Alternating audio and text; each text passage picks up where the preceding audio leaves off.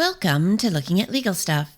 Today we have 20 hearings, including 5 minor guardianship and 15 family law hearings, in 2 cases with a couple, where in the first case the wife is petitioning the court for guardianship of her stepdaughter, claiming she won't stop running away from her father to try and come stay with her. She says that not only is dad homeless and living at the community house, but he also refuses to act like a responsible parent who looks out for her needs, and instead is too busy running around dating other women to take care of his child. She says the child's mother is in rehab and not able to care for her either, but she, unlike dad, is willing to sign guardianship papers. In their second case, the wife brings one contempt motion after another, seeking jail for dad not paying the spousal support that was ordered in their default divorce. Dad refused to participate in their divorce and ended up being ordered to pay $650 a month spousal support with no end date, despite it only being a 2-year marriage. She also wants him held in contempt for not repaying the tax refund that she claims he stole, and that he was also ordered to repay her in their default divorce. What does Dad have to say about his ex-wife's accusations? Let's find out. This family has 2 cases happening at the same time. First, we start with most of their minor guardianship hearings, and then we'll move on to their family law case. I don't have the first 2 of the minor guardianship hearings, but we can see from Odyssey that not much happened. The commissioner didn't approve an emergency guardianship, but he did assign a court visitor to investigate the situation. We will join their case for the 3rd hearing. All right, I can hear you okay? Can you hear me okay? Yes. All right, wonderful. All right, and it looks like Sherry Farr is the guardian ad litem. Ms. Farr, can you hear me okay? Yes, Your Honor. Good morning. I'm having trouble with my camera, so I can't turn it on. I'm glad you're here. We can hear you loud and clear. Thank you. And then we have Mr. Michael Teft that's on the line. Mr. Teft, can you hear me okay? Yes. Okay, great. Welcome.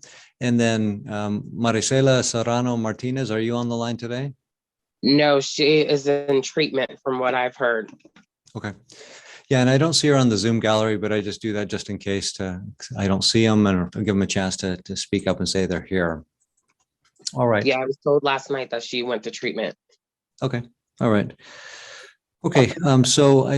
From the look of the review of the case, I show that Ms. Farr is the guardian ad litem. Is that correct, Ms. Farr? Or guardian? No, it's either guardian ad litem or court visitor, and I don't have it in front of me. I don't know which I was appointed. Okay. It's court visitor. Was it visitor? Okay. Yeah. Okay. All right. Thank you both. The petitioner is Miss Morris Teft, and the respondents are Mr. Teft and Ms. Martinez. So look, as far as service, it looks like Ms. Serrano Martinez was served on March 12th. And there's some indication that she's consenting to the guardianship. And as far as service of papers on Mr. Teft, there's an indication that the papers were handed to an assistant at the community shelter who in turn gave them to Mr. Teft.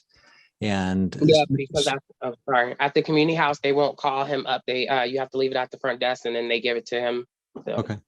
So since Mr. Teft is here, I just want to touch base with him to confirm that he did in fact receive the paperwork related to the guardianship. Mr. Teft, did you receive paperwork related to the guardianship?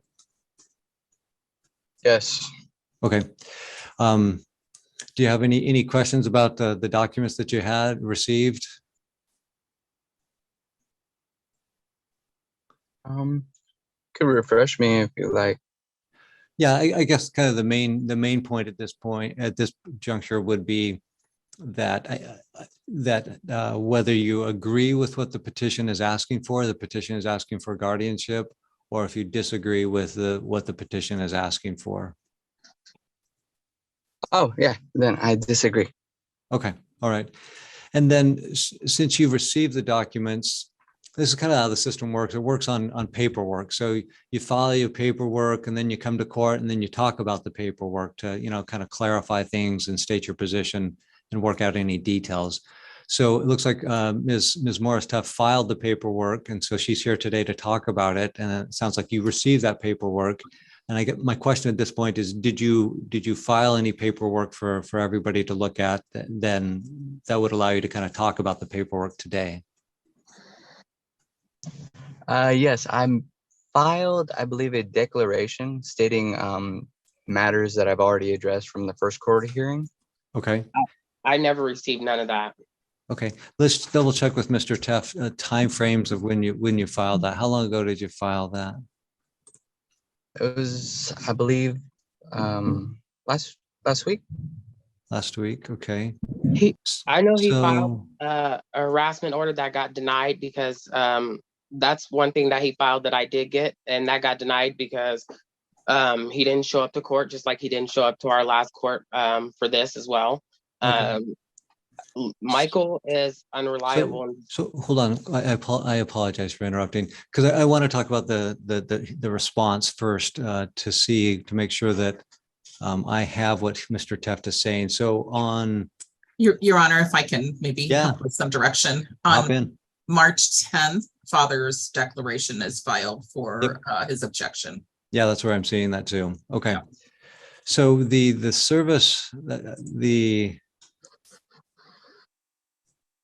so I guess that's kind of my question is that it looks like the service of the documents upon Mr. Teft occurred on or about March 12th. He filed his declaration on or about March 10th, which preceded the receipt of the documents. That's kind of the basis of my question. So the emergency documents were filed first, which is what I think he responded to.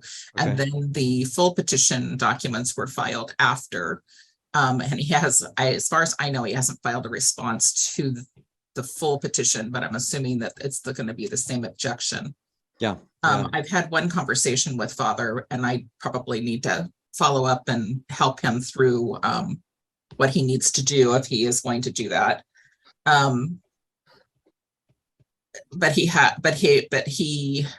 obviously acknowledges that he's been served since he's here. Right. Yeah. I did confirm that with Mr. Teft that he has been served those documents and did receive the documents. And I do see the March 10th filing that he responded to. And I appreciate that clarification, Ms. Farr, that he responded to the emergency guardianship. And now that we're moved kind of the next step, which is the full guardianship. And there has not been a formal response to that filed. And actually, Your Honor, we are still in the immediate emergency orders status and not the actual emergency orders. Gotcha. All right. So Just to clarify, shoot. Go ahead. that is correct. I would like to, with my declaration that was for that other case, Mhm. I would like to keep the same declaration for this case as well. Now, when you say the other case, is that the one that you filed on March 10th in this case or the protection order? Yes. The one that got denied. So we're talking about, so the document that I see in this file was filed on March 10th. It says, my name is Michael Teft. I'm 30 years old. I'm the father, dad / to Annabelle, to the minor guardianship petition regarding Alonza Morris Teft petition that was filed for court to oversee. I would frankly object. That's the document I'm looking at. I never received that, but Okay. yeah, I believe I stated some reasons as well in there. Yeah. Correct. Yeah. It goes on. It goes on. So Yeah, that's the one. I'm sure it's wise because I mean, so Ms. Michael. Morris Teft raises a good point that anytime any pleading or document is filed with the court, a copy needs to be sent to the other party and also to the guardian or guardian ad litem or court visitor. So Mr. Teft, anytime you file documents, Ms. Morris Teft has to receive a copy of that. and he's never done that. Even the other judge told him that, and he still doesn't do it. So Mr. Teft, do you have any questions about that requirement? Well, I did, like I said, everything I had stated in court, the reasons I gave Judge, I believe it was Judge David Nilsson. Right. He said file a declaration. I did that. So Alonso already heard those things. So it's not stuff that she doesn't already know. So But I didn't hear it. hold on, Ms. Morris Teft. So Mr. Teft, the requirement of the court is, notwithstanding that people know what you're saying or they've heard you say what you want in court, you have to, anytime you file a document, you have to give a copy of that document to the other party. So it doesn't matter if they even know about it. They may know perfectly well what your position is and they understand it to a T, but there's still the requirement, the procedural requirement that everybody receives a copy of that thing or document that you filed. Do you have any questions about that? Is this too late to serve? So I think it's a good practice that if you've served documents or you've filed documents in the past and you haven't served a copy, that you do serve a copy. I think that's appropriate. Here, where Miss Morris Taft has not seen your response of your March, she hasn't seen your March 10th declaration, and therefore, since she hasn't received a specific copy of it, she's kind of at a disadvantage, so to speak, because she doesn't know specifically. She may know in general what your position is, and so she's not in a position to respond to your position. I honestly don't. Oh, sorry. No, go ahead, Ms. Morstaff. Go ahead. I honestly don't know what he said, but however, Michael has a tendency of lying, just like he was telling the counselor that the evil's taunting him, and he's unreliable. Not to mention, he had intercourse with a 14-year-old girl the day he ran over his baby mama, which is Annabelle's mom. He was having intercourse with a 14-year-old girl, and he's past 21. And then on top of that, he was going on a date with that 14-year-old, providing her alcohol and marijuana. And I actually have her, she wrote a declaration too as well. I met her and talked to her, and Michael's just not there. He went to Western State. He's off his meds, and not to mention Annabelle's ran away multiple times. He hasn't even chased after her or anything, and that's a far distance for her to run away from the community house to here. But ever since she's been with me, she's been more happier. Her teachers and all the staffs at her school said she seems a lot happier. She's doing a lot better. She's comfortable here. She has her own room. She's not comfortable at the community house. So I don't know why Michael's trying to force her to go there at the community house where she's not comfortable, where she's running away constantly, and where he's actually pawning her off to other people just so he can go out and hook up with other females. Okay. Right. So at this point, since we're at the immediate phase of the proceedings, Ms. Fard, what's your vantage point of what you think would help the case to move forward? Well, Your Honor, so one of the reasons that we're kind of stuck right now is because I haven't been able to confirm with Mom that she actually consented. And that is one of my statutory duties. And Mom is not easily reached. It's been very difficult. And at the last hearing, Judge Nelson, or Commissioner Nelson, said that give it a little more time. And at this hearing, he would make a decision whether he would still require that I contact her, or if he would make a different decision and accept the consent as being filed. Okay. I thought he said he. Yeah, I don't mean to cut everybody off, but I know that Marcel's she's in the Cowles County Jail. I don't know why it's so hard to contact her. Well, I was told she was in treatment, and it's hard to contact her because she's in and out of prison. She's, on drugs. And and I have reason to believe that when I did, this case should just be set over. Pardon me for interrupting. One rule that I have in the courtroom, which is especially important with Zoom calls, is that we don't talk over each other. It's impossible to carry on a good hearing with people talking over each other. So Ms. Morris Taft was speaking, and Mr. Taft, you spoke over her. So I'd ask you to please not do that. And then I'll hear from Ms. Morris Taft. And then once she's finished saying what she needs to say, then I'll hear from you, Mr. Taft. Thank you. But like I was saying, it's impossible to see her because she's been in and out of prison. She's on drugs. She hasn't even been in Annabelle's life like that. As far as I'm concerned, when she did sign that consent form, she signed that in front of Annabelle, in front of witnesses, Michael's brother, Joseph T.F. Kennedy. And when she did come and sign that, she just popped up here. It wasn't like I called her or anything because she doesn't have a number or anything. She just popped up here.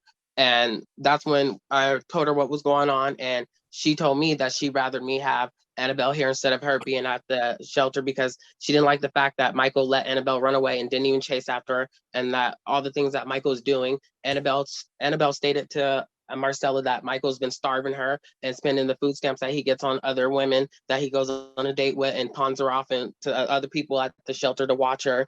And these are all things Annabelle told her mom. And when after Annabelle told her that I expressed my opinion on it, and then we came to an agreement that it'd be best for Annabelle to stay with me. And that's when she signed that consent. I did not force it. I did not forge it. I did not make that up. It's really, to me, it feels a little disrespectful, the fact that Michael can sit there and try to say, oh, she would want me to be a father, this and that, when that's not true. Considering the fact that he ran her over just to go on a date with a 14-year-old, I don't think that. Okay, thank you, Mr. Tuff. So again, we're focusing on Ms. Farr raised the issue of whether Ms. Serrano Martinez is consented. And so any comments related to that? Yeah, would you be able to put Alonta under oath with that being said? Everything that she has said. Just I for would gladly the go record, on you said it for a time. the girl I that have he, reason the to believe 14-year-old that. girl. Miss Sorry. Morris Taft, you broke the rule. You broke Sorry. the rule. Don't do that. Mr. Taft, I'm going to decline to put her under oath. The issue is that Ms. Morris Taft may have had contact with Ms. Serrano Martinez related to that, but the separate issue is that Ms. Farr needs to confirm that. So that's the issue, that she needs to confirm the consent. And so you raised the issue that she's currently incarcerated in the Cowlitz County Jail. That may allow Ms. Farr to meet with her and either confirm or deny that consent. That would be awesome, because I've been trying to get a hold of her for Miss Farr as well. So I think that's where we're at with that. So Ms. Farr, so you can take Yes, a look, Your Honor. So if I may, please. Repeat So- yourself, Judge? the parties are also simultaneously going through a divorce proceeding, which is why there is such high emotional conflict. And I do not doubt what Ms. Taft has told me. It's just that I have to perform my statutory duties. So Commissioner Nelson was going to make the determination today. That was my understanding of whether he was going to waive that requirement so that I didn't have to continue trying to locate mom. But if she's in jail, I will attempt through the jail to contact her. We do have the proof of service. We also have the consent both. So at this point, I'm satisfied, but I will go ahead and try to contact her anyway. That sounds good. And neither party has sent me documents of what is being filed either. I saw this morning before the hearing that there's been additional documents just recently signed. So it's important that both parties understand they have to send copies. I also see that a lot of this is being done by personal service, and if they would consent to each other to do email, it might avoid some of the conflict. And just make things go a little easier. I accept everything by email. So we are in the immediate emergency order status, and we need to move forward if Your Honor waives the requirement for me to contact to confirm the consent and get the emergency orders put in place so that we can go forward on the regular petition. One of the issues is that Dad is collecting some state services for the child, but the child is living with Ms. Taft, and Ms. Taft needs that emergency order in order to qualify for some of those services for the child, including food stamps. And so that's an important issue. That child needs to be fed. Yeah. Thank you. Thank you, Ms. Farr. I appreciate that. If I may, I've been, I get a little bit of food stamps, but I've had Annabelle since January at the beginning of this year. And yeah, he's been collecting food stamps and TANF and spending it on himself. And there's been a time where Annabelle was sick and I asked him to bring, drop off soup here. And, you didn't even have to talk to me. You could drop it off at the door. He wouldn't even do that for his own daughter. Like, he shows that he doesn't care about his own kid, but then he wants to sit here and fight for and act like he cares. But then it's like, she doesn't even feel comfortable being there with him. And on top of that, yeah, it was a struggle for me, but I managed. I provided for me and her, and I got a job now, and we're doing good, Okay. All right. So as far as the consent of the mother, whether I'm waiving that, I'm not going to waive it. It sounds like she's readily available at the jail, Cowlitz County Jail at this point. So Okay. encourage Ms. Farr to reach out and confirm or deny that. And then Ms. Farr raises a really good point. Providing service of papers to everybody is so important. We talked about that a little bit this morning, and it's sometimes a pain. When you have to mail out physical copies, it's expensive. You have to buy postage, you have to buy envelopes and the like. So she suggested that if all the parties agree to email service, then you provide that email, and then everybody gets a copy. When you file something, you send everybody a copy. You don't have to run to the post office, don't have to buy any postage. You don't have to agree to that, but it's kind of it's a cost savings, and it's easier for everyone. So just wanted to get everybody's input on that. What you think about providing email services, where basically you provide the email, then you need to check your email because you've agreed to check your email, and then when email comes, then you got it, and so the service is good, and everybody's got a copy of that. Mr. Teft, what do you think about that?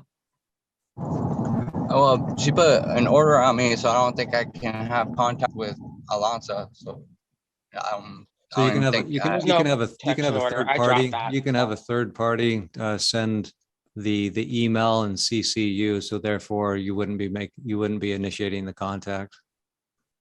Your Honor, I dropped. There's no Hold on, protection order. That's been Teft. dropped. I'm speaking to Mr. Teft. Hold on a second.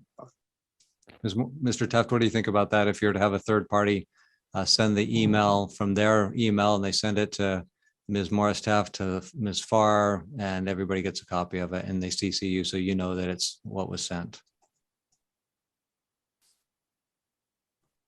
Mr. Teft? oh yeah, sorry, the Wi-Fi was bad. Yeah, no, that's fine. Third party's fine. Also, So Ms. Morris Taft, we'll finish this issue first. Ms. Morris Taft, are you okay with the email service?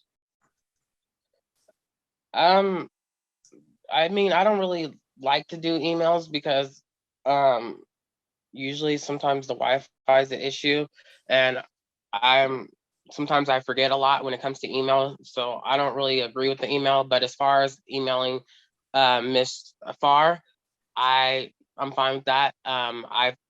From what I understand, I thought, I didn't know that she wasn't receiving any paperwork, because when it came to me filing the actual guardianship, she was the one who told me to do that, so I thought she was aware of everything that was filed. Okay, so everybody will just have to file everything by paper and serve it upon all the other parties, and you'll incur that expense and extra difficulty. So parties are on notice. You have to file everything and provide a copy to Ms. Farr, provide a copy to Ms. Morris Taft, and provide a copy to Mr. Taft.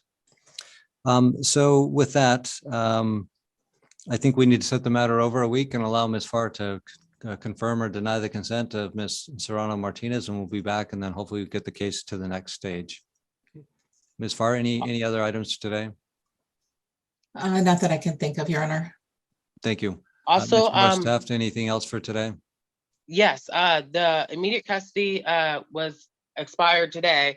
Can we renew that while we're waiting? So that way, because I don't want him to go and take her from school and then she end up running away again and putting her life in danger just to come here. Okay. Mr. Taft, do you have any position on that request?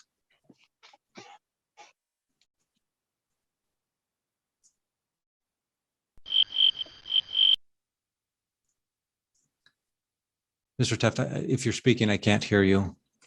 yeah, I'm here. I can hear you. All right, so I'm just trying to be refreshed on everything right now. Regarding, because I thought there was an order that was put on me, protection order from Alonso. They put an order from my. Mr. Taft, if you're speaking, the audio is not coming through. Here, can you hear me now? Yes. Okay, so I thought there was an order already for a protection order for my daughter. As far as is there an emergency or immediate order that's currently? What he's talking about, I believe, is the immediate emergency order, and my suggestion would be to extend it for the week until we have this matter reheard. Yeah, Mr. Taft, is that kind of what you were talking about? Yes. Okay. I think he was referring to the protection order that I filed that hasn't been established, that's actually been moved over to April. because I did file a protection order, and just like when he filed a harassment order, but his got denied and mine's got moved over until after the guardianship was established. That's always why she hasn't approved it or denied it, and she kept moving that over. But as far as the immediate order, me having her, I've always been open to Michael coming to visit his daughter. If that's what he wants, if he really wants to be a part of his daughter's life. I just don't condone him taking her from school and then trying to keep her and force her to be at the community house when then she ends up running away and putting her life in danger. And so the immediate order has the restraining order in it. He cannot. I didn't know that. It's a stay away. Yeah. Oh, Yeah, did so not know that's that. so that's the March 16th order. I'll sign an order that extends that order until the hearing next week. So I'll sign off on that order and file that today. Okay, I think that concludes things for today. So the immediate emergency minor guardianship and restraining order will continue until next week. Just a friendly reminder, everybody needs to get a copy. So you file something, you have to give it to the other party, you have to give it to the guardian, and obviously have to file it with the court. That's really important. And then we'll be back next week to confirm or deny the consent of Ms. Serrano Martinez. And then we'll hopefully get a clearer picture of where to go next. If I may be able to speak, Judge. Go ahead, Mr. Teft. All right, so it's back to the. Can you hear me? Yes. Okay, so back to the service of the declaration. Mhm. If I wanted to bring that up in the next case,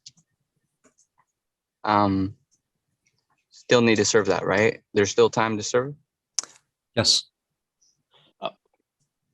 Okay, yeah, just making sure. I will make sure I serve it then. Thanks. And if I want to get the witness, that the 14-year-old girl that he had intercourse to testify, will I just bring her on court with me to the hearing? No, you'd have to file something, a declaration. Have her sign the declaration? Sure. All right. We're here in the matter, the guardianship of Annabelle Serrano Teft. The cause is 23-4-3708. Appearing, I see that we have Ms. Teft is present, and I see Ms. Farr is here. Ms. Looney is present. Mr. Teft is here. And just make sure everybody can hear me. Ms. Teft, can you hear me okay? Yeah, I can hear you. Okay, great. Thank you. Welcome. And Mr. Teft, can you hear me okay? Yes, I can hear. Okay, perfect. Thanks. Ms. Looney and Ms. Farr, thumbs up if you can hear me. Can, Your Honor, I just wanted to inform the parties that the state is filing a notice of appearance regarding child support for this case. So we are asking that no finalization be completed until we are able to do this child support piece. Okay, all right. Thank you. Appreciate that. Okay, we were here last week and there was a desire for Ms. Farr to reach out to the mother to see if we could get a clear determination of whether consent was being given by her. So we'll hear from Ms. Farr if you have any updates on that. Yes, Your Honor, I was able to speak with mother, and mother does give her consent, and she voiced her concern, strong concern over father having custody. Okay. All right. Well, thank you. Thank you for confirming her consent. Did she give verbal consent or did she also give a written consent? There was already written consent Okay. in the court file, but Thank I you. confirmed that she actually did sign and does agree and understand what she's consenting to. That's perfect. Thank you. Thank you for being so thorough. I appreciate that very much. So at this point, what I understand is that there is the petition for the guardianship brought by Ms. Taft, and we're at the emergency guardianships point in the proceedings. And Mr. Taft is in opposition to that. And I think, if I'm not mistaken, I would welcome comment from the parties, is that since there is disagreement as to that parenting or the guardianship, we need to set a hearing. And do we do anything today on a temporary basis? I know that there's a temporary order in place that was continued from last week that was previously in place. So Ms. Farr, do you want to chime in on that? Yes, Your Honor. So we would just what Commissioner Nelson does is set a time for an evidentiary hearing, and then extends the immediate order out to cover that period of time. Okay. Judge Yes, Evans, sir. Yes, sir. Go ahead. if I may, will we be able to review the consent of a temporary guardianship by the mother today? You Um, I thought we just did.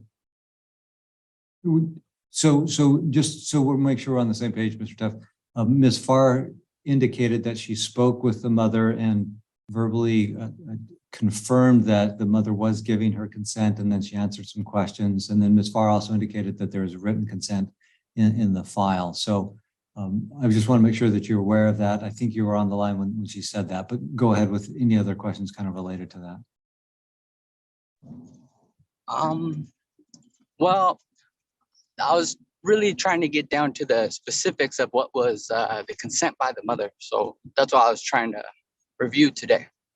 Yeah, sure. I can share with you what it says here. It indicates that Ms. Maricela Serrano Martinez is the legal parent of Annabelle, and she agrees that the court can appoint. Do you pronounce that Alonsa? Alonsa, yes. Okay, thank you. Alonsa Morris Taft, and that it states, I have read the minor guardianship petition. I agree the court should give the guardian the powers requested in the petition. The petition covers custody, visitation, decision-making authority, access to records, child support, insurance, taxes, protection orders, restraining orders, fees and costs. I do not have to agree to this guardianship. I have a legal right to raise my children unless the court has already limited that right. I understand that I have the right to seek legal advice. If I need help understanding the consent or do not agree to a guardian, I can talk to a lawyer. If I do not agree and cannot afford a lawyer, I have the right to have a lawyer appointed to represent me at public expense. I understand that if I do not agree, I have the right to a full legal proceeding about guardianship. If in a full proceeding, the court must presume I am willing and able to parent. For the petitioner to succeed, they must prove I am not able or willing to parent. I agree to the guardian being appointed for my children without a full legal proceeding. I understand that once the court has approved the guardianship, if I want to end before it expires, usually age 18, I will have to petition the court. If the guardian does not agree, they will have to prove, one, ending the guardianship would be harmful to the child, and two, the children's interest in continuing the guardianship outweighs my parental rights. I understand the nature and consequences of a minor guardianship. I agree the court can appoint the guardian named above for my children, and it's signed Maricela Serrano Martinez on February 27th of 2023. So that's the consent that Ms. Farr was referring to in her earlier comments. Does that help answer your question, Mr. Tuff? Yes. Okay. All right. So since we do need an evidentiary hearing, generally the best way to find a slot for that hearing is to set this matter to what we call the trial assignment docket, which are on Wednesdays at 1 p.m. So next Wednesday is the 12th of April. So I'm proposing that we set the case over to April 12th at 1 p.m. to schedule an evidentiary hearing. Ms. Farr? Your Honor, so typically Commissioner Nelson just goes ahead and schedules it according to his schedule. We don't typically go on to the trial setting docket. He's been setting these for Friday afternoons at 1:30. Okay, and that's is that his kind of his open spot? Mm-hmm. Yes. It's what as the trials for unlawful detainer dockets. I don't know the availability. I don't know if he talks with the admin before scheduling those. So I wouldn't know the next one. Okay. All right. So it sounds like he very well may have time during those Friday time slots that Ms. Farr indicated. Sometimes there's space issues where we run out of space. So I appreciate the suggestion. I think if Commissioner Nelson was here, he'd probably be able to set it to a particular time and place. Since I'm not as familiar with what's in his mind and the processes that he goes through, if we set it to next Wednesday at 1 p.m., we can make sure that we've got a person to hear the hearing and a place to do so. Ms. Taft, are you available next Wednesday at 1 p.m.? Yeah. But I have a question. Why we keep putting this off? It's like every time we have court, it just keeps getting put off and put off. And I mean, the father's clearly homeless and doesn't have a place. He's at the shelter. I mean, he's not stable. He can't take care of the child like I'm taking care of her. I've been taking care of her. I'm just trying to understand why it keeps getting put off. It's a good question. When we were here last time, there was some question about the consent of the mother, and at least from my vantage point, I wanted to confirm that and just nail that down so there was zero question. And when we have issues completely resolved, that helps things to move forward, even though it kind of moves at a snail pace, if you will. So it seems, I recognize it seems really inefficient, and it very well may be, but that's the system we have, is that we need to have all parties to gather together with a court administrator that knows the resources that are available, including judicial officers and rooms, to be able to set a time where everybody can have their full say of what's happening. So, hopefully what will happen is that on the trial setting docket, that we'll be able to choose a date and then have the full hearing. That'll allow people to get ready and prepare for what evidence they want to present at that hearing. And, I apologize. It's not the most efficient system. And there's these pesky issues of due process and everybody getting notice and those things that tend to slow things down. So yeah, it's probably not the best answer, but there you go. Well, yeah, because keep in mind, the father's receiving TANF and food stamp for the child that he's not even taking care of. She's been with me since January. So he's collecting every month, and it's not right that he's collecting all this when he's not even taking care of a child. I'm the one taking care of her. I'm taking her to school, picking her up. She lives here, she has her own room here. But he's sitting here at the shelter collecting. That's not right. In part, that's why Ms. Looney has filed her notice of appearance, because the state has an interest in that they're providing some state provided benefits to the child. So those interests will hopefully be presented at the hearing. Mr. Teft, will you be available on the Wednesday, April 12th at 1 p.m.?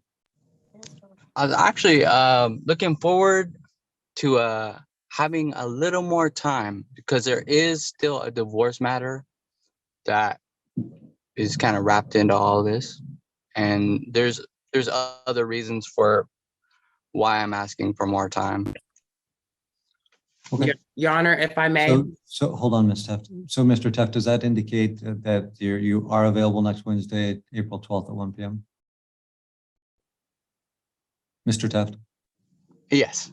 Okay, great, thanks. Ms. Teft, did you have a question related to scheduling? If I may, the divorce has nothing to do with this. Michael's already at default when it comes to the divorce because he didn't respond to it. So therefore, all that's left for this divorce is me to file the finalization paper. He has no say so when it comes to the divorce. So, and that's already signed off by a judge. So that has nothing to do with this. So I don't know why he's trying to bring that into this. Yeah, we're not going to be addressing any of those issues today. We're just talking about the scheduling of the next. And then I need the date again. And then get a new date set. So sounds like everybody's okay with that April 12th date. Ms. Looney, Ms. Farr, you're okay with the trial set docket at 1 on next Wednesday? Yes, Your Honor. Okay. All right, thanks. Appreciate everybody's patience. We'll see everybody next Wednesday. Mr. Teft, did you have one final question? If there was well, I understand that, Alonso keeps presenting issues of, the homeless shelter and housing. So if there was potential for resolving, I guess, the housing situation, would that be adequate enough for, next court hearing to bring that up? If you have So kind of what you're inviting me to do, Mr. Teft, is to give you a perspective ruling on, and so I always decline on making perspective rulings of, what if this happens, then what would be the outcome? I can't make that determination or share any insight on that at this point.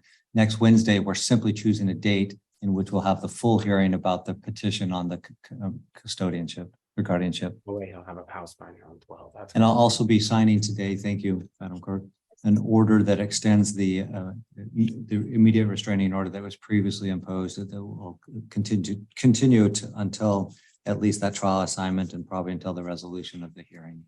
What time was that on the 12th again? One last time. I'm sorry. No, it's okay. 1 p.m. 1 p.m. All right. If there's no other questions, we will see everybody Wednesday at 1 o'clock. Thank you, Your Honor. Next up, the guardianship of Annabelle Teft. Anybody here on that case? Your Honor, Sherry Farr, the court visitor.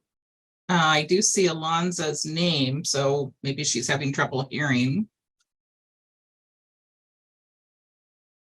Alonzo Teft, are you with us? Yeah, can you hear me? Yes, now I can. Okay. All right. So this is set for trial on May 15th or the week of May 15th. And the immediate order was extended by Judge Evans. But I believe you brought a motion to release Annabelle's personal property. Is that correct? Yes, because Michael's keeping all her clothes from her, and it's been a struggle trying to get her outfits and having to buy her outfits from Walmart every day for her to have clothes to wear to school. Where are these personal items right now? They're in Michael's car, the car that Michael's sleeping in. All right. So if I order that they be delivered, how do you see that happening? I would just have to give him a copy of the court order or have somebody serve him and then have him deliver it. He'll deliver it once he sees the court order, I would think. Okay. Is Michael Teft here? All right, I will do a bench order that he needs to deliver Annabelle's personal items to you. I'll say he needs to do that by Monday. Thank you, Your Honor. You can pick that order up sometime tomorrow from the clerk's office. And we'll see what happens. I think if he doesn't do it, what I would do is wait for the trial date on the 15th and then bring that to the attention of the court at that time. And Okay, I think the child should not be present at that exchange. Okay. Ms. Farr, thank you for that input. Mm-hmm. I will add that to the order then. Okay. Thank you, Ms. Teft. Thank you. We just had the courtroom's open, the doors are open, and one of our assistants indicated that folks wanted to join and watch on YouTube, not necessarily join, but at least watch. So I've done that now, so that's it's streaming on YouTube. Again, this is the emergency minor guardianship involving Annabelle. I would rather this not be on YouTube. I don't feel like this is appropriate for other people to be on. This is like family stuff, family matters. Yeah. And correct me, Ms. Farr, if I'm mistaken in this, but I believe this is an open court matter. It's not necessarily a sealed matter. The public is invited to participate or at least view. My understanding is that, Your Honor, but I don't have an opinion, so that is up to the court whether it's live streamed or not. Yeah. So I'm going to err on the side of keeping as far as the open courtroom doctrine, and it'll be streamed and it's streaming now. Okay, so Ms. Teft just finished reviewing the ward at the school, and then Ms. Teft, tell me if you could please how far back your relationship goes back with Annabelle. Pretty far back. I want to say, honestly, I can't even remember the exact date. If I'm gonna be honest, it's been a good while since I've known her. I'm friends with her mother. I've been friends with her mother for a while too. That's actually how I met Michael, was through Marcella, which is the child's mother. Because I was friends with the mother for a while, and she was the one who actually introduced me to Michael. Can you give me a general time estimate, number of years? Of when I met Michael, or when I was friends with the mother? Pardon me, when you were introduced or met first time Annabelle? I didn't say probably when she turned 5 or 6, if I'm not mistaken. Okay. All right, thank you. Ms. Teft, any additional information that you would like to share? I just feel that she's best with me than with her father. Her father clearly doesn't. He's mentally just not there, and sex is more important to him with other females. He's a sex addict, and he feels like that's more important than being a father, being a parent. The responsibilities of being a parent is just not there for him. And there's, time and time have shown the court, how he's missed court appearance, how he sit there and let other people hit Annabelle, and how he striked Annabelle just for her saying she wanted to come live with me. And even now he's living in a car. He chose to live in a car instead of come back here and being a father. Like that right there should tell you right away. Okay, all right, thank you. Mr. Teft, are you ready to share your vantage point? So if you'd raise your right hand, then I'll administer the oath. Okay, it's raised.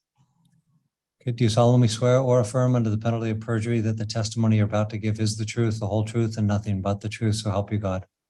Yes. Thank you. Will you please state your full name and spell your last name? Michael Teft, T-E-F-F-T. Okay, Mr. Teft, what's your vantage point related to this action as far as the emergency minor guardianship? What's your vantage point as far as your abilities as a father, your care of the child, and the care of Annabelle by Ms. Teft? Well, I don't approve of Ms. Teft of being a guardian to my daughter. My vantage point also is I've never had issues until Ms. Teft came along, and that's just where I'm at. I'm working on just continuing being a parent to my daughter to what I know I can do. That's all. So any other information you wanted me to consider about your parenting, your involvement with Annabelle?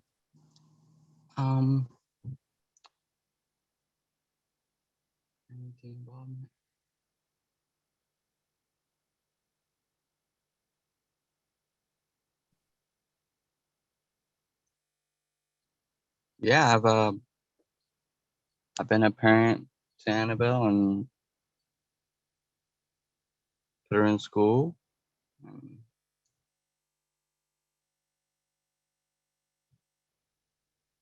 Nothing really to really bring forth to the court, because I feel that's kind of my choice to really put that out there.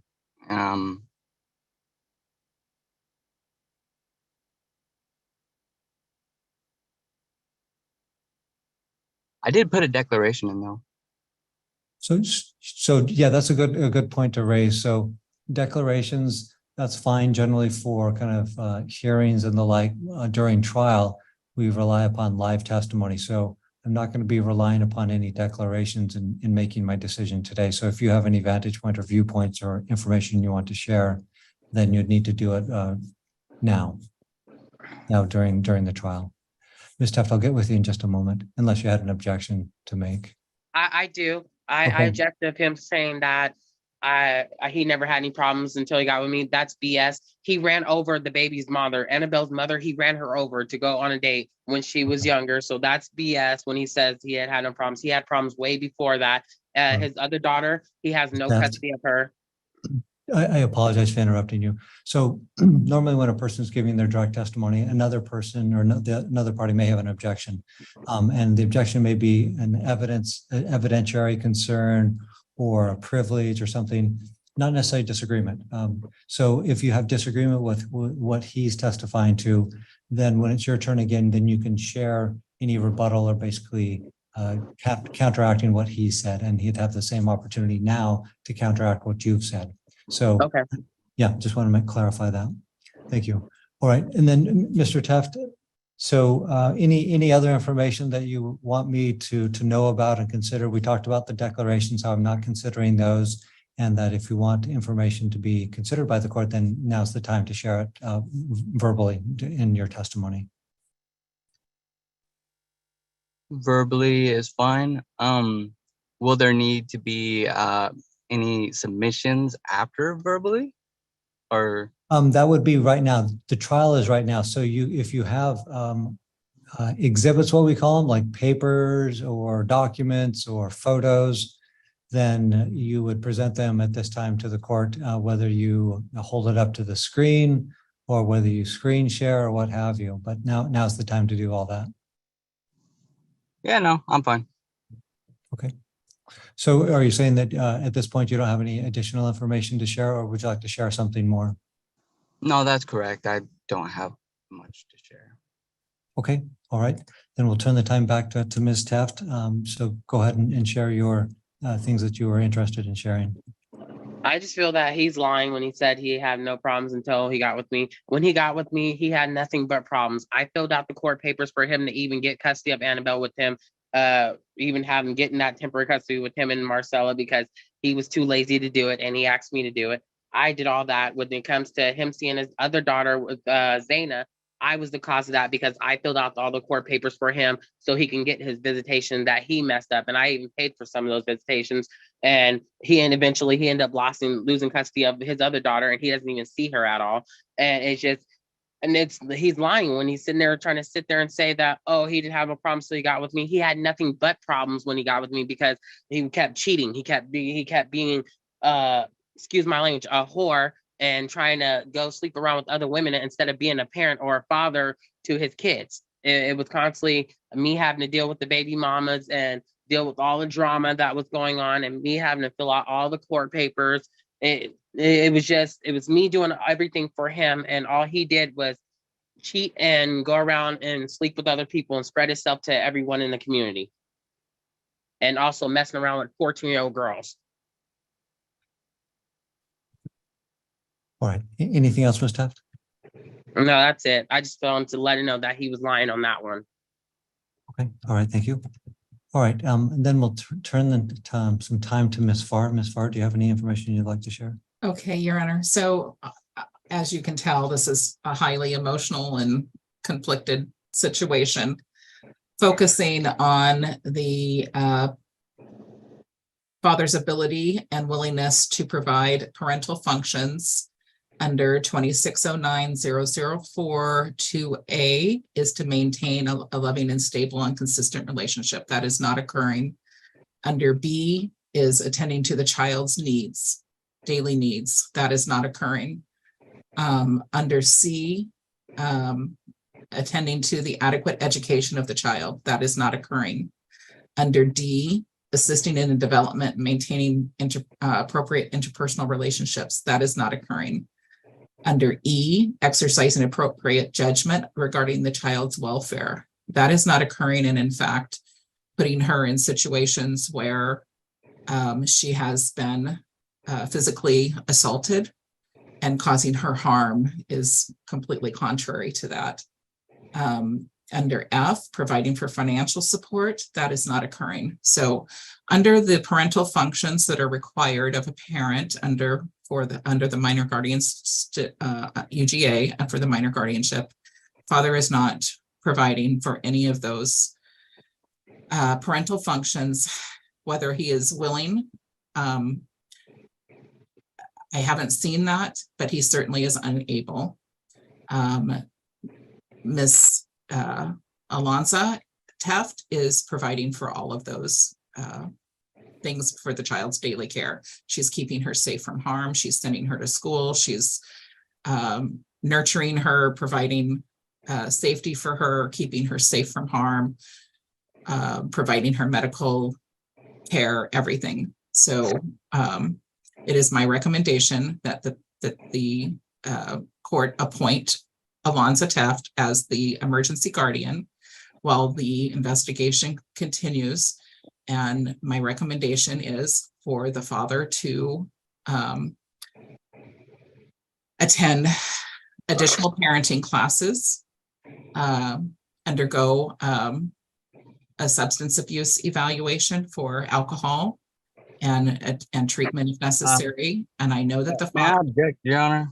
To You can object. What's the basis of your objection? more like hearsay, she obviously didn't do enough of an investigation, because if she did, she would know that, I'm just like today, she got a hold of me to let me know, hey, court's going on today. She could easily do that as part of her investigation to see what's going on in my life. I shouldn't have to call a guardian that's investigating a case that I never wanted any part of in the first place. And secondly, if she did her investigation, she would know that I'm working the UA before you even go to work. And among other things, I did take a parenting class. I was a parent before parenting classes, and I had no problems with my daughter when it came to parenting before any of it. So it's not making too much sense here. It's just poor investigation on her part. It's just interference on the divorcee who still kept the last name. I don't understand. I object to that too. That's to Michael, because I think the guardian bank did a My job. apologies for interrupting. So Mr. Teft posed an objection to the testimony of Ms. Farr. The objection is noted. It's overruled. Go ahead, Ms. Farr. So, lost my train of thought here. So You were making recommendations. My recommendation was to have a substance alcohol evaluation based on the allegations that there's alcohol abuse. And it is true that, as I mentioned earlier, there was a certificate filed that he did attend one class, but in my opinion, that has not helped. And so I do believe that he needs to have additional parenting classes.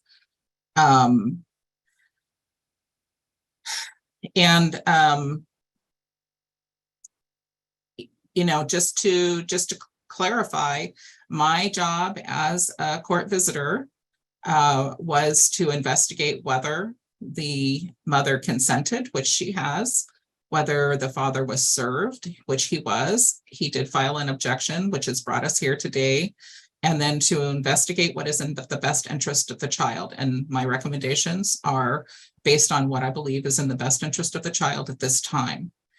Going forward, if the father is trying to improve himself and provide proof that he is able to parent the child, it is his responsibility to contact me and provide that information to me.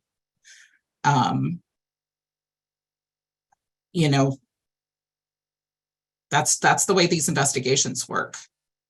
So the divorce is not part of this action. I think that both parents have misunderstood that. This is solely about the child and the child's best interest and well-being.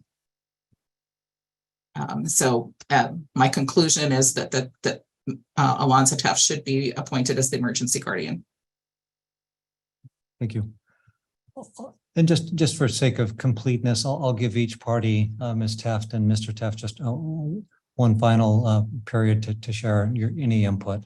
So Ms. Teft, do you have any additional information that you would like to share at this point? No, I think the guardian bank did a good job. As far as Michael is an alcoholic, he just recently, I saw him getting drunk in his car and went and picked up some lady off the street, literally recently. He doesn't care about his child, but he puts on this persona like he cares, but he doesn't. And I think the guardian item did a great job. So I applaud you for doing a great job for your research. As far as him having to contact you, that's something we all had to do. I had to do that when you first got appointed. So it's like appointed. So I feel like she's spot on with her report. So I have no objections. So I agree with her. Thank you, Ms. Teft. Mr. Teft, any final comments? Yeah, I don't understand why we're in court. It's just not making no sense. They say it's for the best interest of a child. I gave my reasons already. I'm the dad. I've cared for my child. I've done everything. I don't need to take classes. I don't need to take substance, whatever, what she said. I don't need those things. I'm healthy. I feel healthy, and I'm going to stick by that. So I don't need the court's input or the visitor's input or the divorcee's input on my parenting. Plain and simple. Okay. All right. Thank you. Bear with me just one moment. I'm just going to pull up one item and share my decision here. Just one moment, please.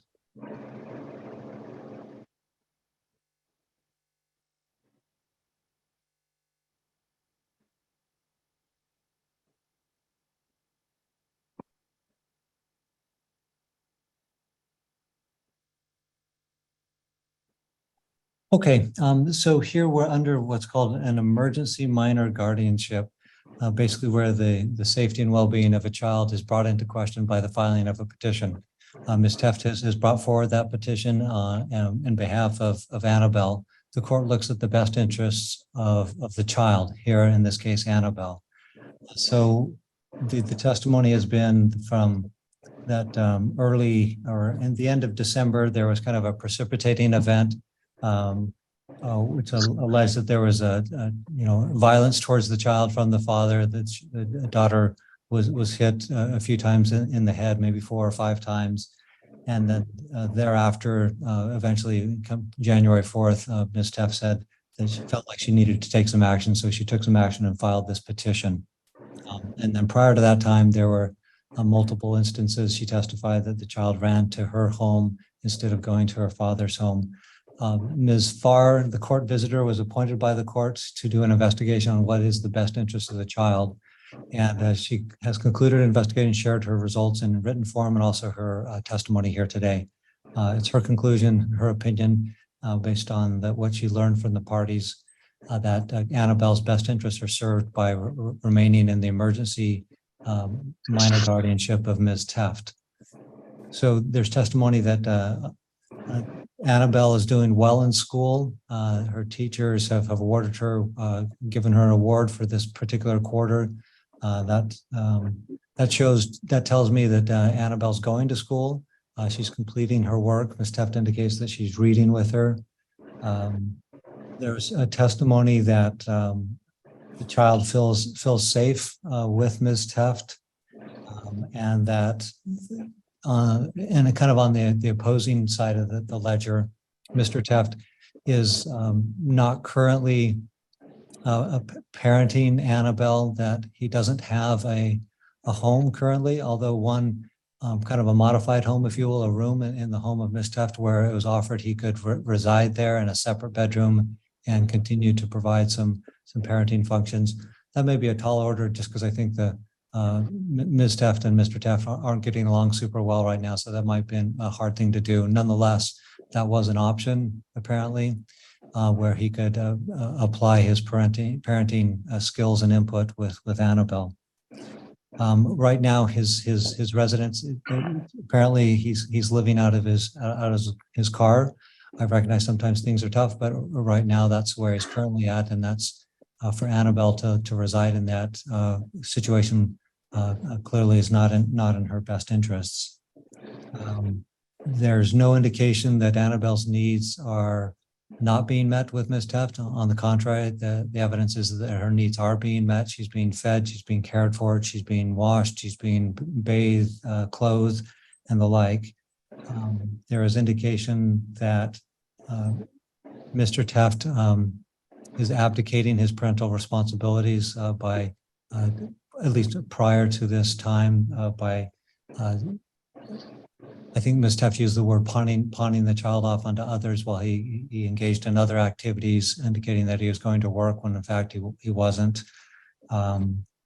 So there's that information, and there's also concerns raised about mental health issues and mental fitness of Mr. Teft, and concerns about substance use and its potential impact on Mr. Teft's ability to parent his child Annabelle.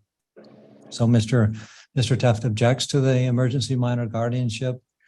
He indicates that there was no issues until Ms. Teft came along, and he felt that he's been a good parent to Annabelle, that he put her in school. And when I asked him to, if he wanted to share more information, kind of emphasizing this was the time to share it, whether it's verbally or through documents or photos.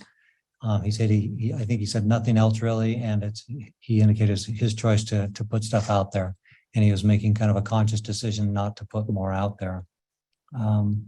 Ms. Teft indicated that she was the main driver, at least in the custody issue, with another of Mr. Teft's children, and that she was the one that kind of put things, was an assistance and provided assistance for that.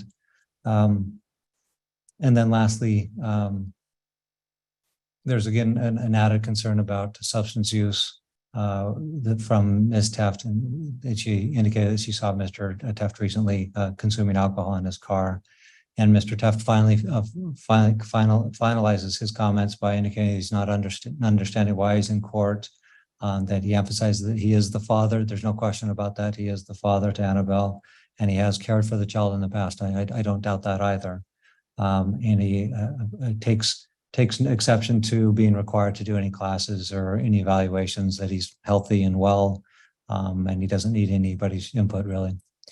And then, of course, Ms. Farr's testimony was that she had conducted her investigation and made a finding that there was not a maintenance of the relationship between father and daughter, and the father was not attending to the child's daily needs, and that there's not a provision of adequate education by the father, and that the judgment and Mr. Teft's judgment in relation to the welfare of the child is suspect and absent. Good judgment is absent, because there has been harm in the past, and that there's no financial support flowing to support his daughter. So those are kind of the hallmarks of kind of the parenting and the ability to provide that.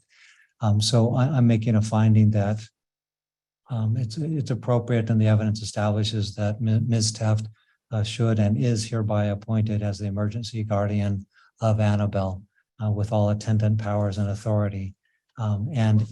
And again, as Ms. Farr helpfully pointed out, that this is a temporary order that will be reviewed in a period of time to see if Mr. Teft is able to get some traction in his parenting abilities and other aspects of his life, to manifest his ability to do those things we talked about before, about the education, relationship, meeting needs, welfare of the child, and financial support and the like.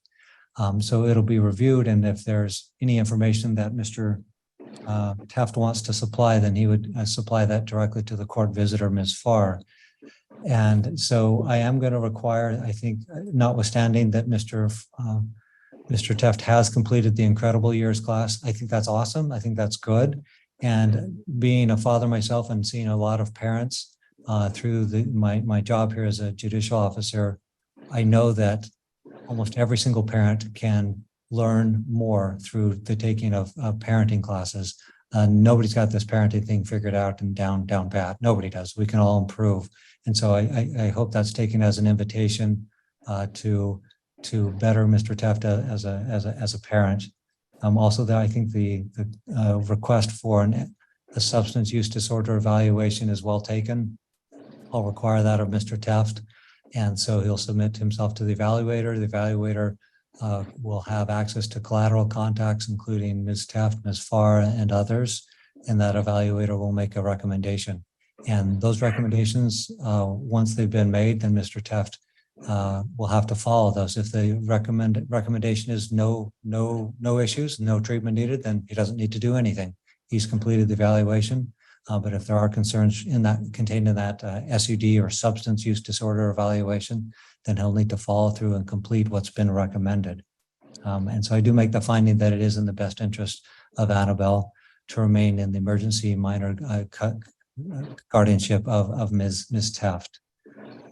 So I do have a proposed order that Ms. Teft provided the court.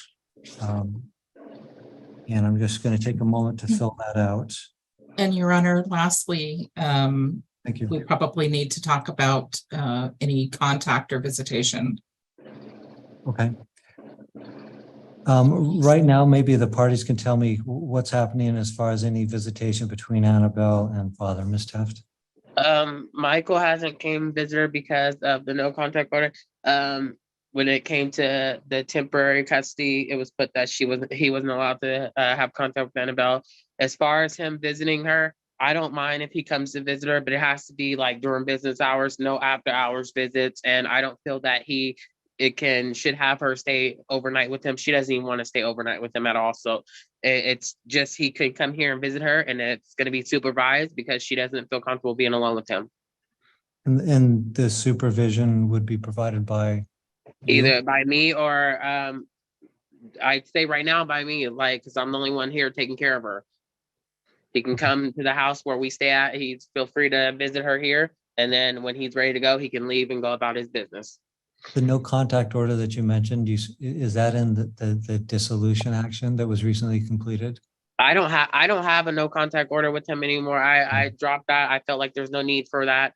The only no contact the order was in the temporary custody order because they put that he wasn't allowed to have contact with Annabelle.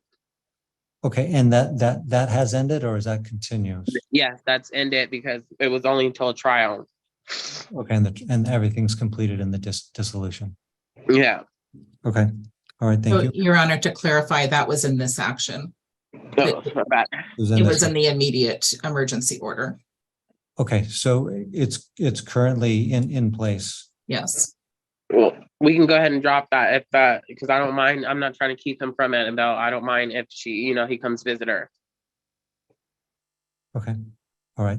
Thank you for that input. Mr. Teft, what's your input regarding visitation? Yeah, I agree. Definitely supervise. At this point, I mean, with everything that's been going on, I definitely want a supervisor there, and I definitely do not want Alonso to be the supervisor. Okay. Do you have a proposed supervisor that could provide the supervision? I remember with my other court case regarding my second child that there's a guardian ad litem. Paid visits are fine for me. I just started work, so I think that'd be a great way to be on schedule and keep up to date with everything. So it sounds like you have had some experience with professional supervisors and the cost that's involved. Based on your finances, what do you think is a reasonable number of hours that you could pay for the supervised visits? I'd say an hour. I'll have to wait for start with hours and just kind of build up from that time to more time. An hour a day, see how Annabelle does with that, and then also figure out the financial aspect of that as well, along with work that I've started, because I still got to wait for a check. With the divorce, there's alimony involved in that, so obviously it's gonna. Yeah, and there's child support too that I'm dealing with, so I got a lot I gotta pay and get on track with that first before I even start those visits. But that's where I wanna. That's what I'm confident in what I should be doing. Can you give me kind of some hard numbers? Can you give me some? Does that mean 1 hour a week? Does that mean 1 hour every 2 weeks? Does that mean 5 hours a week? I'm not sure. I think a good goal would be 1 hour a week when starting with the visits. Well, until then, I feel like that's unnecessary until he has the financial to do all that, because like he said, he doesn't have money to do that. He has alimony, not to mention he has to pay a repayment that was stolen, which is $3,113 that he has to pay. That was due 30 days ago that he's might be going to jail for. So I don't feel like that's necessary right now. I just feel right now you just should put where if he wants to visit Annabelle, he can come here and visit Annabelle. All that other stuff is unnecessary because he's trying to say he wants supervision, but yet he can't afford it. And last time he couldn't even follow through with it when I helped him get that for his other daughter. So I don't feel like that's necessary. Okay, thank you. Ms. Farr, do you have any input? Yes, Your Honor. I think it should probably be a paid supervisor, a professional supervisor. And I think it should be up to Mr. Tuff to locate who that entity should be and let me know who that will be. And then we could do it. I don't know what his current work hours are, but on one of his days off. It should be, he should be responsible for making the arrangements and letting myself and Ms. Tuff know. Okay, all right. Thank you. So as far as the visitation, I also agree that just due to the level of conflict and acrimony between the parties, having a professional paid supervisor is vital. I think that's super important. So I'll go with that. I'll allow up to 1 hour per week to happen on Mr. Teff's days off, and sounded like there was a request from Ms. Teff during daylight hours, during work hours, business hours, and generally 8 to 5. So I'm fine with that. Then, so Mr. Teft, you'll be tasked with finding a professional supervisor, contracting with them and getting everything set up, and then informing Ms. Farr and Ms. Teft of the date and time for the visit. So Annabelle can be there and so you can have the visit. So that takes care of the visits at this time. And again, Mr. Teft, if you're wanting things to move forward, because one of the aspects of the case is your relationship with your daughter, those visits are going to be important when the court reviews the case in the future. So that, let me just double check. So we've got the visitation there. And so I'll have to fill that in on paragraph 14. So I'll include that. And let's see. Your Honor, but until then, is he not allowed to see her? Like, because we run into him, say we run into him at the store, and he like, is he not allowed to give her a hug or anything? Like, he's not allowed to talk to her or nothing until he gets the professional supervised visit, because that's something I didn't want to do. I'm not trying to keep her from her father. I want her to be able to see her father, you know, when she wants to, or when he wants to see her. You know, and I know right now financially he's not in the right situation when it comes to financial, so it's going to be a while before he can get a paid professional. You know what I mean? Right. You know, it's there currently. So the no contact order that was discussed just briefly as we started out, where Ms. Farr indicated that exists in this emergency minor guardianship. Let me just pull that up and take a quick look at it. It's actually not a no contact. I believe it was more of a stay away. Stay away restraint. Yeah, and that's what I'm not trying to keep her from, you know, him not seeing her or her not seeing her dad. That's not what I'm trying to do whatsoever. Okay. I still want the best interest of her, and you know, I know she does want to see her dad every once in a while. As far as living situation, I know she wants to live here with me, but I still would like her to be able to see her father. Okay. But Your Honor, the stay away provision should stay in place just to protect the child from and having the professional supervised visits then are outside of that, and it wouldn't apply. And you know, financially, my understanding is like Parents Place, it's about $25 an hour, so it's not too terribly expensive. Okay. All right. Okay. So I'm looking at the order from March 16th. This is the order granting the initial motion. The stay away or the temporary restraining orders indicates that Mr. Teft must not take Annabelle outside of the state of Washington. He's restrained from disturbing the peace of the child and the guardian, and he's also ordered to stay away from the guardian's home, workplace, or school, and also the daycare or school of Annabelle, and restrained within a distance of 1,000 feet from those places, the school and the home. I think those are still applicable.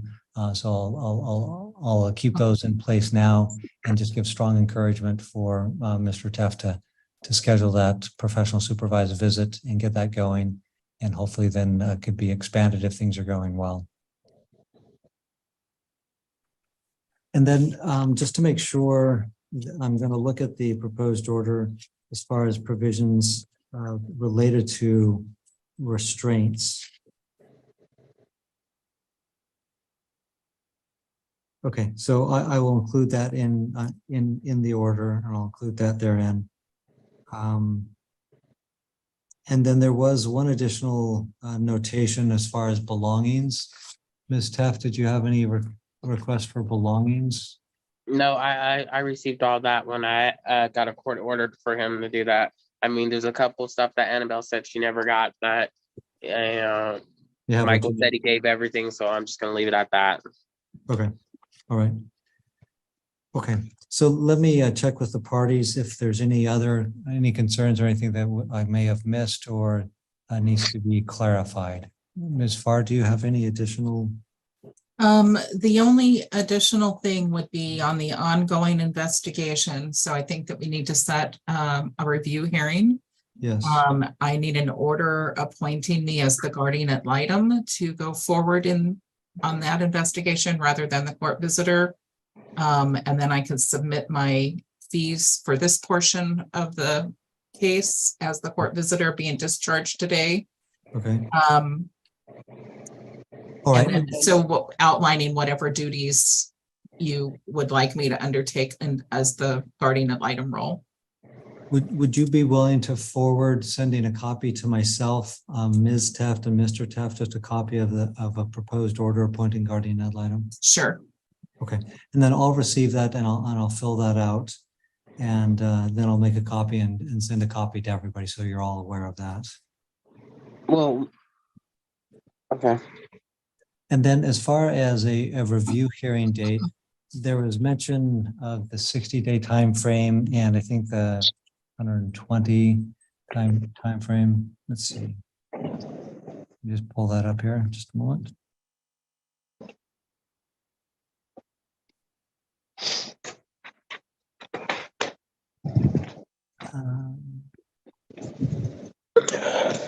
So we could take a look for review hearings at roughly 6 months from now. As far any concerns if it would be 2 months from now? I would suggest setting it for maybe July 11th on the 10:30 docket. That way, if that's what the clerk feels is appropriate, I think that's the procedure. And that way we can extend out before it expires. That seems prudent. Any concerns, Ms. Teft, if we were to review this on July 11th, Tuesday at 10:30 in the morning? No, the only concern I'd have is if I'm working that day, but that's too far out to say if I'm not working, so I can actually request it off if I do need it. So I'm fine with that. And you said July 11th at what time? 10:30 a.m. 10:30. Okay. Yeah, that's fine with me. Thank you. Mr. Teft, how does Wednesday, July 11th at 10:30 look for you?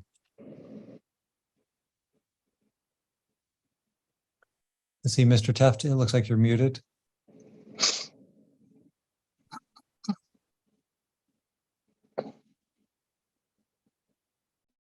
Mr. Teft, it looks like you're still muted. I just need to get your input on. Looks like he's gone. Yeah, it looks like he dropped off. So let's just wait just a second. While we're waiting, I can go ahead and finish out the order. I noticed one thing: when Michael gets upset, he'll log off too. So that's another thing too as well. Looks All like right. he's having difficulties. He's logging back in now. All right, Mr. Teft, can you hear me? Can you hear? Yeah, I can, Mr. Teft. I wanted to check with you about your availability for a review hearing on this matter, setting it for Wednesday, July 11th at 10:30 in the morning. Are you available on that date and time? You can hear me now? Yeah, I can. I want to know if I'm looking at setting a hearing. Yeah, I'm available for whatever time. Okay, Wednesday, July 11th at 10:30 in the morning. It's a Tuesday, Your Honor. Oh, Tuesday. Sorry about that. Thank you. So Tuesday, July 11th at 10:30 in the morning. Does that work for you, Mr. Teft?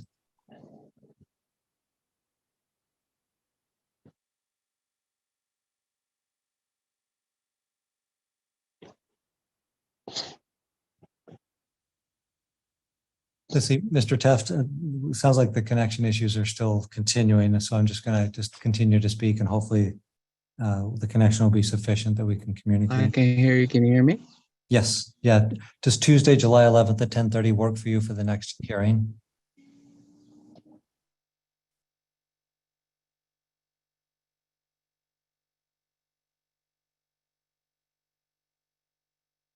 Yes. Okay, great. We will set that for that particular date. And then by way of just a quick question, just to make sure, email addresses, I think I have Ms. Teft's email address. Is that an accurate email address? Yes. Okay, all right. I will send copy of this order to the parties, and then we'll see everybody on Tuesday, July 11th at 10:30. Thank you, Your Honor. I also have a question before we dismiss.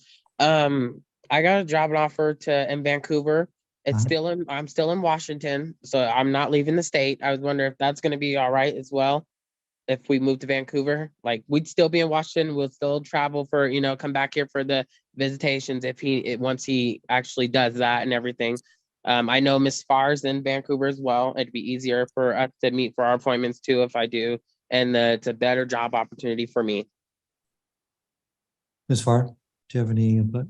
Your Honor, I don't believe that there's any provisions or requirements in the emergency action that requires any notification for relocation. I don't think there is. It's only in the permanent guardianship. Okay, all right. So I think at this point, Ms. Teft, if you keep Ms. Farr apprised of your new address and, when that's going to be happening, I think that would be adequate. Okay, thank you. Okay, thanks. All right, I'll go ahead and get this order finalized and ship it out to the parties later this afternoon, and then I'll look forward to receiving Ms. Farr's order appointing guardian ad litem, and I'll also get that out to the parties. Thank you, Your Thank Honor. All right, with that, I will go ahead and end the call, a Zoom call, and we'll go off the. Now that the emergency guardianship has been approved and things have settled down, we begin a series of family law hearings from their divorce case. There is still one more guardianship hearing that I've added in at the proper spot in chronological order. You can check to see which hearings belong to each case from the list in the description box down below.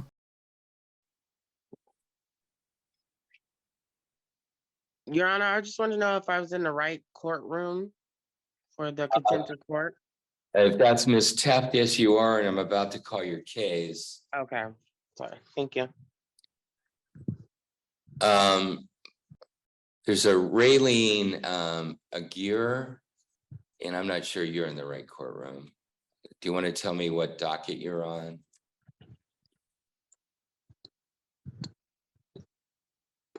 All right, there's no response there. Oh, wrong one. Okay, well, you can sign out then.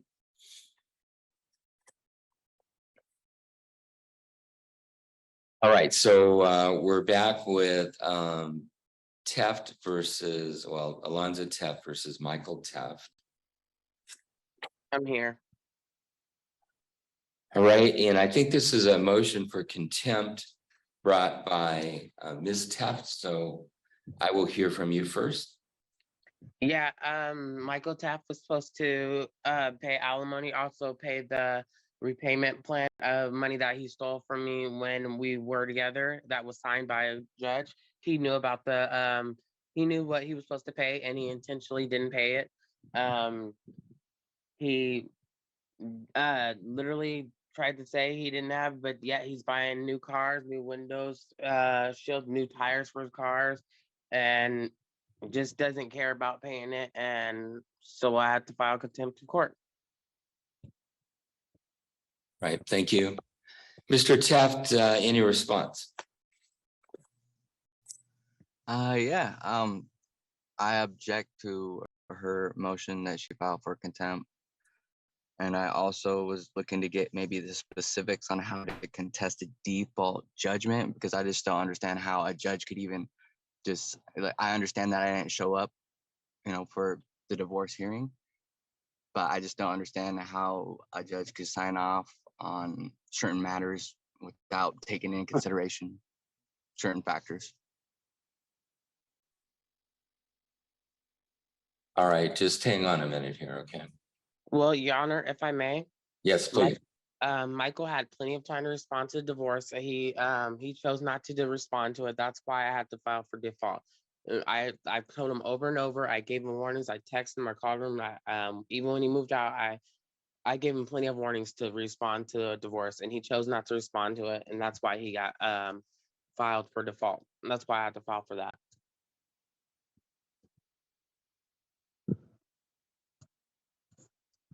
All right, it looks like Judge Basher signed an order of default on January 5th, 2023. And then after that, the decree of dissolution was entered. And that called for both a payment of $650 $50 a month in spousal support, and also judgments of $1,730 plus $1,200, which I think is the $1,313 or $3,113 that Ms. Tept asked for. Yeah, that's the money that when he had kicked me out, he stole my tax refund and also my stimulus, and lied and kicked me out and had me on the street for about, I want to say a month and a half, and then he let me back in the house, and then he had me assaulted by his baby mama, and used that money that was rightfully mine to buy a car that was broke down. So that's why I asked for the repayment back, because that was rightfully mine that he stole, that he shouldn't have taken. I'll note that the order says that the respondent was to pay that money back in 30 days. So, Mr. Teft, there's a motion called a motion to set aside a default. I can't tell you how to bring it or how to write it. I'll just tell you that's the motion you need to look at bringing if you want to challenge the default that was entered in this case. And I can't tell you how that will be decided, but you can look into that. I am going to find a contempt in this case on those two payments. I'm going to make a couple changes in the order. The order calls for jail time. I'm going to strike that. We're not really near a jail time order at this point. But the order will, I'm not going to order any sanction. I'm just going to indicate that the $650 is owing for May.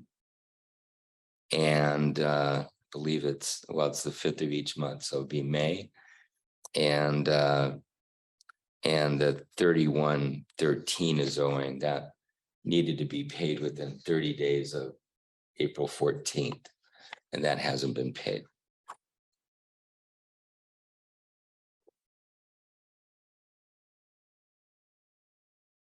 So essentially, there isn't any additional money owing as a result of my order versus what was ordered in the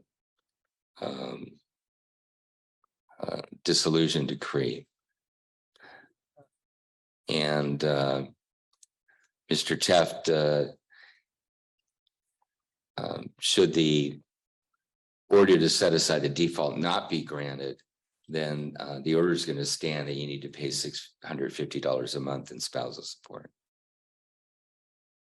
All right, thank you. I've signed that order.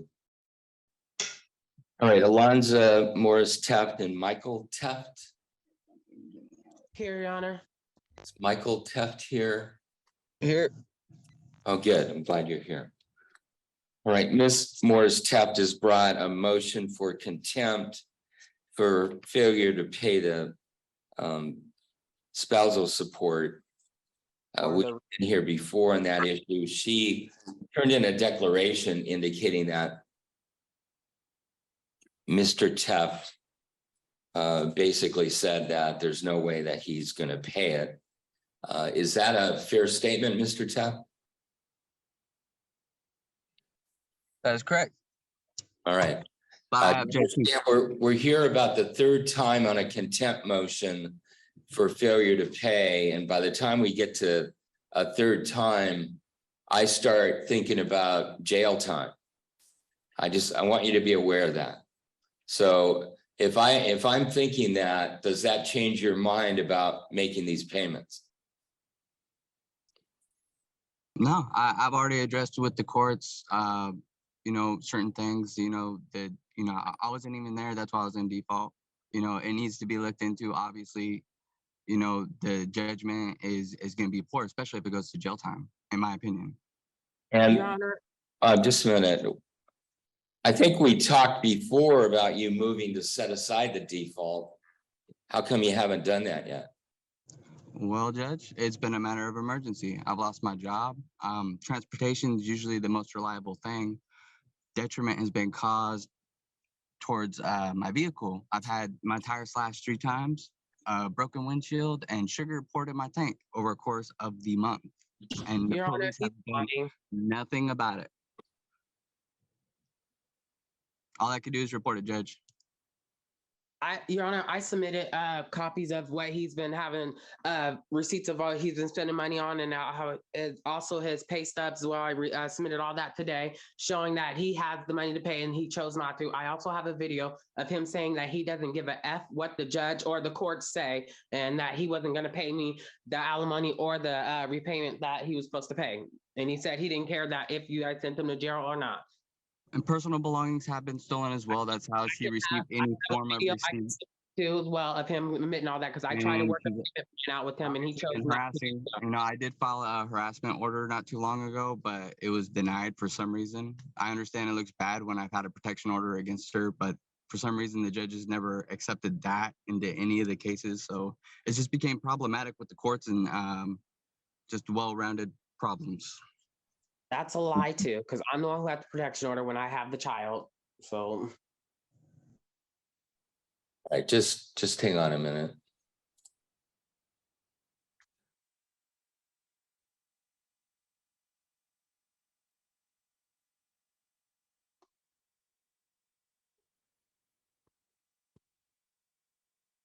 All right, I've got a decree of dissolution that was entered on April 14th, 2023, requiring a payment of $650 each month starting May 5th, 2023.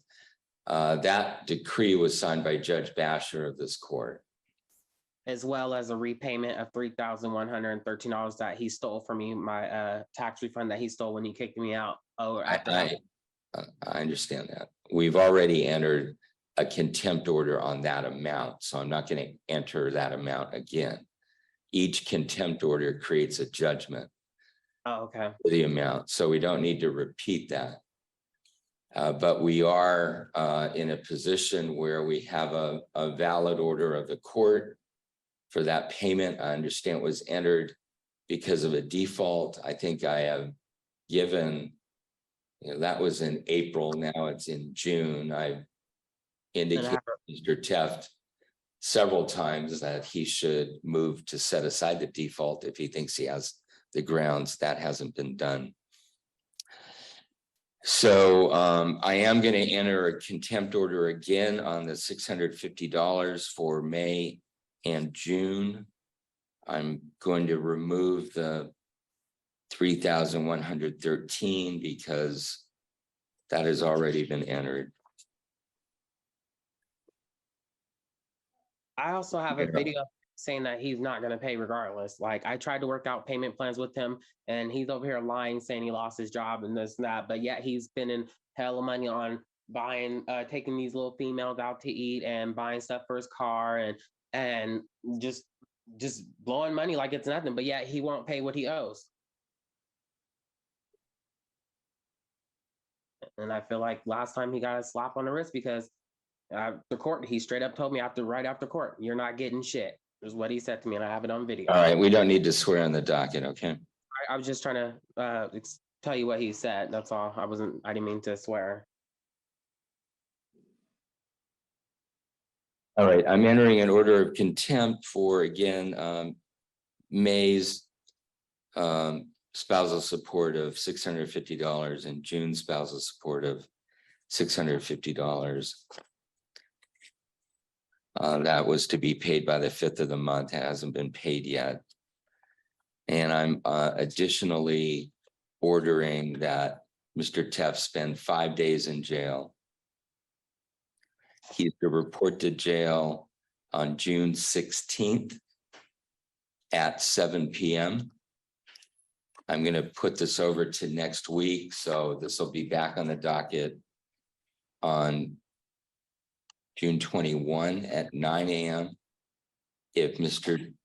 Teft is not reported to jail, then I'll issue a bench warrant for his arrest based on that jail requirement. June 6th. And sir, if you make a payment for June, that'll probably purge the jail requirement, but you'd have to make a payment and show it to the court. So payments regards anything, or how's that Well, working? I'm gonna set, well, I haven't issued a bench warrant yet, so I'm gonna order that you spend 5 days in jail. If we have to issue a bench warrant, I'll set bail on that next week. Okay, and you said it'll be, you're gonna put it back on the docket for what day? June 21 at 9 a.m. How many contempt orders am I at? There's about 3 at this point. Okay. I'm not too familiar with contempt Maybe orders, but I'm 24. not sure the stipulations around, how much time you can put around that, because those are things I'd actually like to consider. I mean, like I said, I stick to my point of view when it comes to my decision. I do want to contest the default, but it's just everything's been problematic lately. So I just want to make sure I'm fully aware of what contempt orders, because I don't have the legal help. But You're in contempt because you're not complying with the decree of dissolution. yeah, that's what I was asking. I was trying to understand the limit of the amount of time you can put on a contempt order, because I mean, I know there's so many.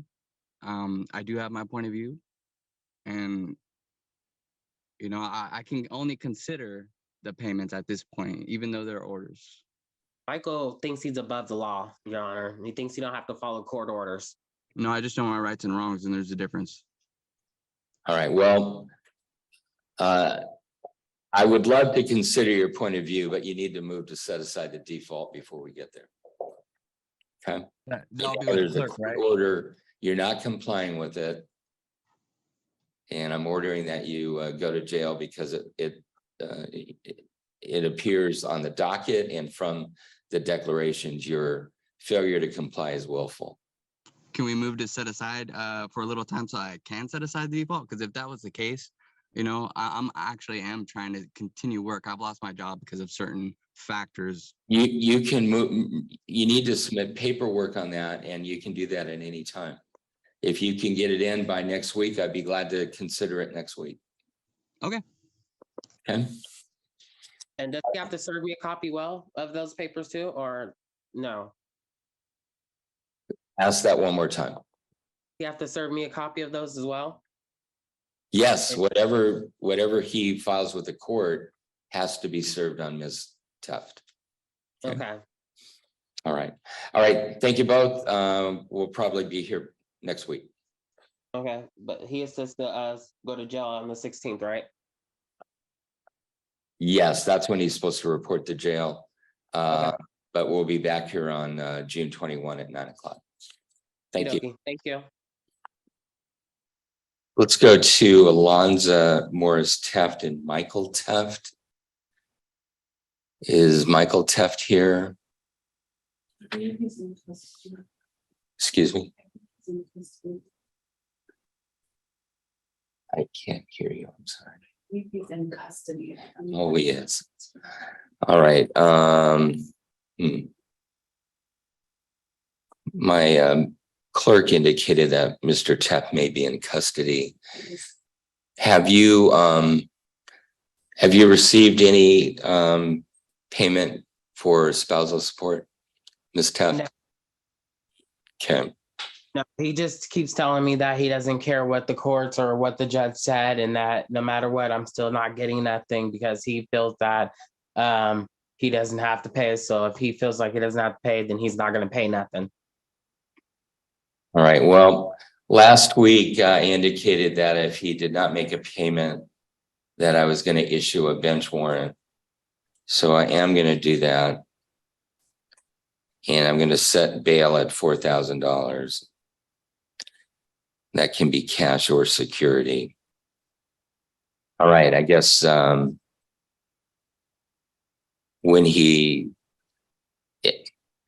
I'm not sure how it's going to work with him in custody, but at some point he'll need to come before this court again. If a month or two goes by and you haven't received any payments, you can renew a contempt order regarding the more recent payments. Okay. Okay. Since you did a bench warrant, does that mean we have another date, or is that just for him? That's just for him. I'm not setting a new date at this point, but I'm indicating if you want to bring another contempt motion after his obligations have gone by. So after another month or 2 months, feel free to do that. Okay. Okay, thank you. All right. Thank you. And I see Alonza Taft present. Do we have any other parties on that matter?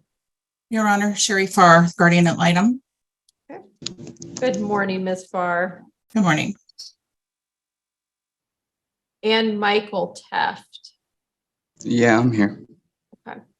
So let me just ask the parties. I'm not sure if Ms. Taft and Mr. Taft recall, but I am the commissioner who was initially hearing your protection order case.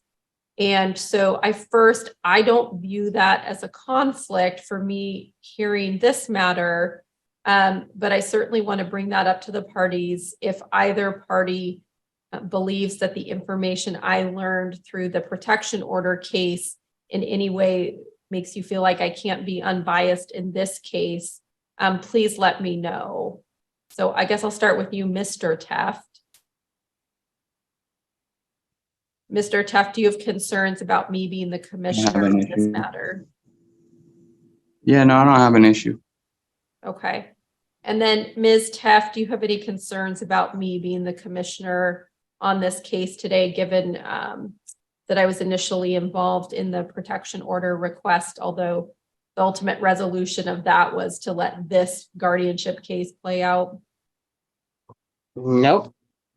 Okay. So what I see, and obviously I was not the commissioner previously involved in this, but I do show back on May 19 that you folks were in front of Judge Michael Evans. I'm showing that as a non-jury trial. However, it doesn't appear that all parties were present. There was an order appointing an emergency minor guardian who is Ms. Taft. And then we set, the judge at that time set a review date for today at 10:30. Your Honor, if I may give a little summary. So at that hearing, I'm not sure why it says all parties weren't present, because both parties were present. Okay. Both parties gave testimony and came to an agreement for the emergency guardianship to be put in place and supervised visitation to be put in place. Got it. Thank you for that. Since then, Mr. Taft was supposed to get a substance abuse evaluation. I know that he went to Core Health and initially signed up, but he hasn't gone back, and they haven't been able to reach him. I haven't been able to reach him.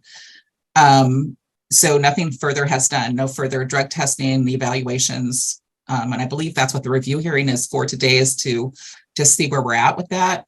I think that at this point, we need to get on the trial setting docket to get a trial set for the standard petition. Ms. Taft, any additional information you have for our review hearing today? Yeah, Michael hasn't made no effort whatsoever to even try to visit Annabelle or to try to schedule any visit whatsoever. Last time I checked, Michael, he's been drinking a lot. I've even sent the guardian item a picture of alcohol bottles in his car. It was like a bunch of beer bottles in there. He's been getting high and literally has not been doing anything to show that he's been trying to be a parent to Annabelle. He just doesn't seem to care or show any effort whatsoever. Just seems like he just wants to drink and go off and do other stuff and play the victim, the poor me card, and try to make people feel sympathy for him when he's the one who's not putting in the work or the effort to even try to be a parent to Annabelle.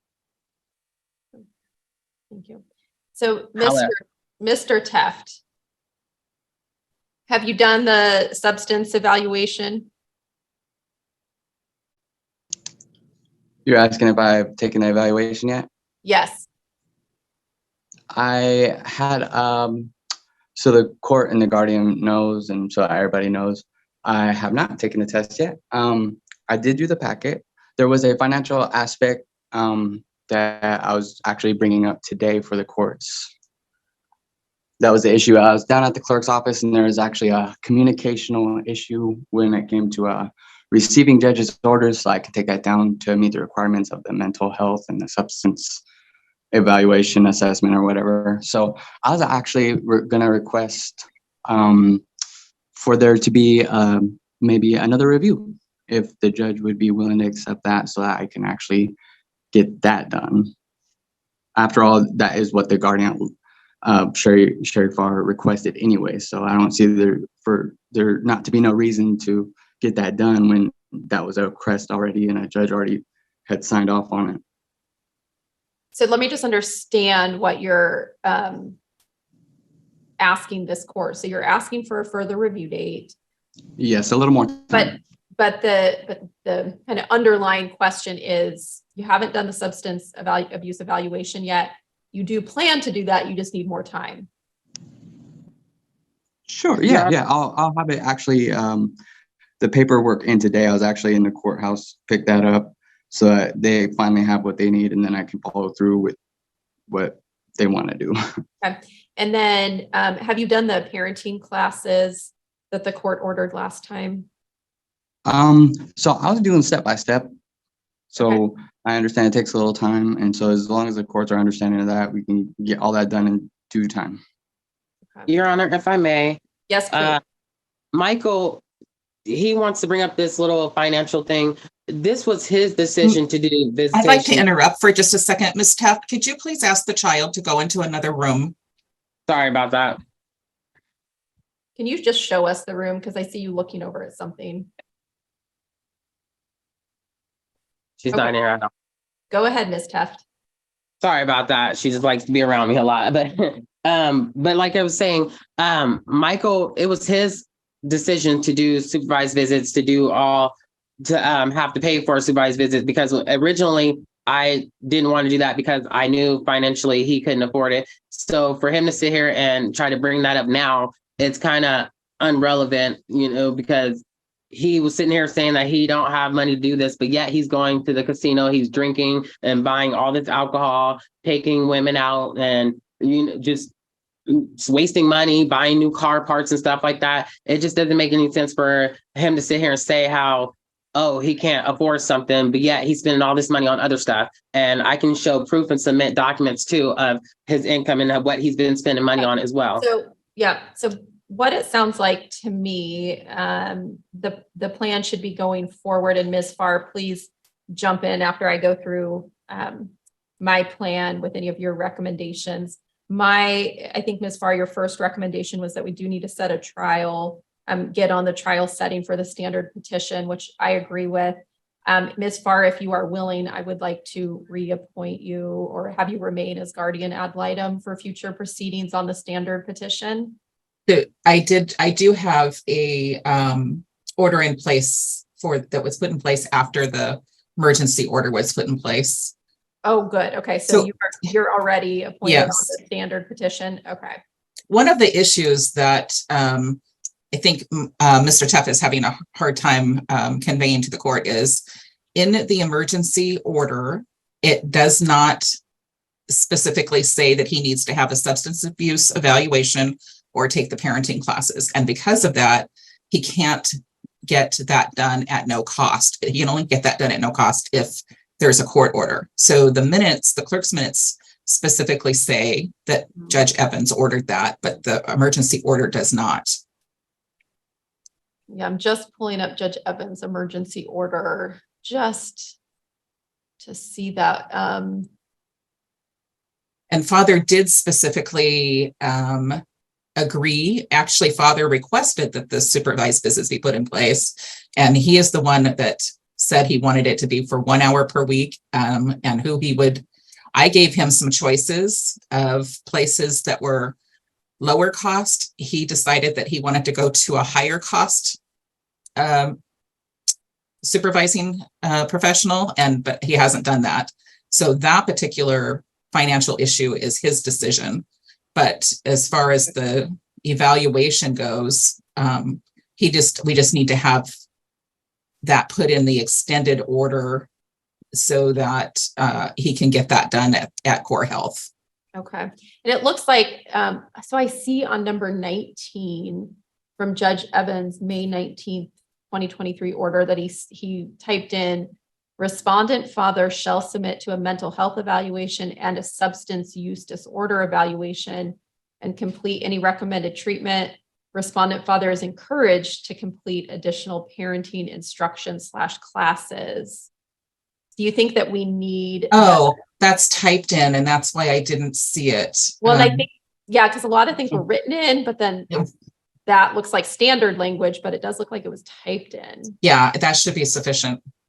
So when we do the renewal order today, I will make sure to include that same language. Also, Your Honor, real quick, if I may, Michael and me have contempt of court coming up. I've sent him a copy to his email, but I haven't served him a hard copy yet because it's been hard to try to track him down because no one knows where he's been at. He's been like ducking and dodging. But we have court on 1 second, let me get this correct. 1 sec. I don't want to make the wrong. 1 second. We have contempt of court on July 19th at 9:00. And honestly, Michael's looking at jail time because he's failed to follow court orders. And this is the third time. Yeah. So ma'am, we'll address that at that hearing date. What I want to do is today, I will issue an order extending the emergency minor guardianship until we can get a final hearing on the minor guardianship petition. So let me just ask maybe Ms. Farr and the clerk for some feedback on, do we need to get them on the trial setting docket to get that minor guardianship trial date? Yes, that's what I understand. Okay. So what would be the next trial setting date that we could get these folks on? Next Wednesday. Judge, can I just object to, that decision? Because I did state my reasons, and I am doing what's required. Mr. Tuft, what are you objecting to? To move to trial, because I'm still trying to, going through the process of completing what is already required. You can object. Your objection is noted. I'm still going to request that this be put on for trial setting. That is the process under the RCW, and we need to keep this moving forward. Certainly keep doing what you're doing, get the substance abuse evaluation, do the things that the judge has ordered. Just because you're moving to trial setting, all that means is on July 19th, you're going to log on to what's called universal trial assignment. At that time, you're going to get a trial date set into the future. Obviously, those trials don't happen the following week. So you are going to still have some time to get these things done. So what I need to do is keep this case moving forward, which is why I'm going to set you both to the July 19th universal trial setting, which is at 1:00. 1:00 on July 19th. Okay. That's the same day we have the contempt of court too. What time do you have that? Oh, that's at 9 a.m. So it's no problem. Okay. Mr. Teft, can you be available to log on for universal trial assignment on July 19th? Can you hear me? Yes. Okay. Yeah, I wanted to actually object to that due to the contempt order as stated. Yep, sir, we've already addressed that. I've noted your objection. I am still issuing my decision to extend the emergency minor guardianship through the date of the final hearing on the minor guardianship. I've set you for trial assignment July 19th at 1:00. You'll log on to Zoom. One more thing, Judge. Hold on, let me finish. You'll log on to Zoom on July 19th at 1:00. The link is called Universal Trial Assignment. Be prepared to let the judge know at that time how much time you expect for your case if you are objecting to the permanent guardianship. Ms. Farr, is there anything else that we need on this case today from the court? Not from the court. I would just like to ask Mr. Teft, are you still using the same phone number and email address? Yes, the email is working fine. The email is, but not the phone. I'm in the process of getting a state phone due to finances.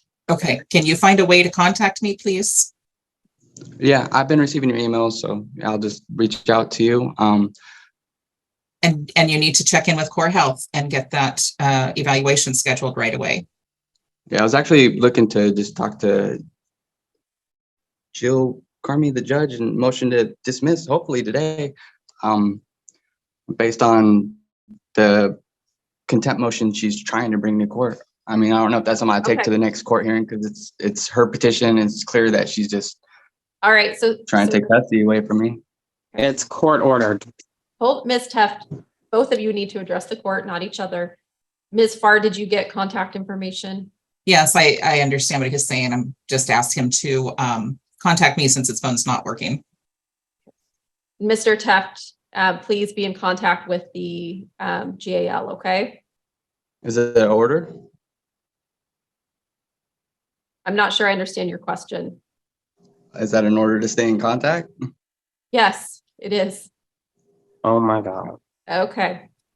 Next, I want to set a review date on the minor guardianship. So under the docket, we are currently on, separate and apart from next week's trial setting. I'm going to set a review date for Tuesday, September 19th at 10:30. And that will be a review date on this case. Judge, is there still time for a motion to show cause? If I put one in? You can file whatever motions you want the court to consider. We won't be addressing it today since it wasn't timely filed for today. But certainly we could address it on a future date and you could note it on for any Tuesday minor guardianship docket. All right. Okay. Any questions from the parties at this time? Nope, I'm good. I got the dates down. I emailed him the contempt stuff and I got everything down, so I'm good. Okay. Yeah, I have a question. Yes, Mr. Teft. Is there any way to appeal judge's decisions on today's hearing? You could file whatever motion you wish to file. Okay. All I've done today is extend the emergency minor guardianship, and I've had you all come back for a review date in 60 days. And I'm going to instruct you to appear on the trial assignment docket on July 19. But you are always welcome. And then there's actually one more question too. Okay, sir. Yeah. Did you get the respondent's declaration on the minor guardianship? There's only one. What date are you referring to? Originally before your non-jury trial? Yes. Yes, that is in the file. And then you had a non-jury trial where the ruling of Superior Court Judge Michael Evans was to grant the emergency minor guardianship. Okay. Yeah. Would you be able to read that back just so that for the record? Read what back? The declaration that I had put in? No, I'm not going to do that. Thank you, because he's just trying to cause problems. Establish a point is what I'm doing. All right. So you have my decision. The record was made at the time of your non-jury trial on May 19. You are welcome to an audio recording of that non-jury trial transcript from the Superior Court Clerk's office at any time. So I'm going to finish this case. We're going to move on to the next case. Let's go to number 7 on the docket. This is Alonza Morris Teft and Michael Teft. Are you folks with the court? Yes, I am. Okay. I'm here. Your case pulled up. Your Honor, Michael hasn't paid not one time for spousal support or Hold on, repayment. hold on. I haven't asked for input. Sorry. Let me get your digital file pulled up. Okay, so folks, what I'm seeing here, we are on for kind of a lengthy history, Mr. Teft, with non-compliance with the court order. When you all were here back on June 21st, You were, I guess, in custody at that time, but the discussion was, had you not been in custody, the judge was going to issue a bench warrant for your contempt in this matter. And the commissioner at that time did sign the contempt order finding essentially no payments. I'm looking to see if any payments were made. Not And then here in front of me now, I have a further request for contempt showing the $650 a month, not paid May, June, July. So Mr. Taft, what can you tell me about compliance with these payments? Yeah, so I actually had a few matters to address, and then I also had a few questions. So Well, we're here on. what's your preference Hold on on. what you'd like first? So what I would like first and only is the reason, right. the only reason we are here on this docket is the contempt hearing. That is the only thing that has been filed with me for today's hearing. So I'm asking you where you are at on the payments for May, June, and July. Perfect. Yes, that is actually one of the matters. So, Well, it's the only currently- matter. yeah, it evolves around a lot. Currently, I'm dealing with the DSHS regarding the payments. I can provide the documents if needed, and I was also looking to see if it was okay with the courts to possibly ask for a few things. One would be maybe a show of adequate cause based on this second contempt, because I did go to jail last time and that kind of prevented a few things. So with this being the second time and the contempt being brought up, these are just what she has to say, but she didn't prove anything. So I was looking at maybe a show of adequate cause verbally, if that's okay with the judge. And then furthermore, on my last contempt, and the reason why it evolves around this contempt is I was also trying to figure out how long these temporary orders are. And I never got the chance to even figure out my bail, because when I had booked myself into the jail, the judge said it was only for 5 days. You know, I was in there longer than that, and the bail was set higher than the spousal amount paid when I went to go get bailed out. So, yeah, there's a few things I was just looking to address regarding around those things. Your Honor, if I may. Go ahead.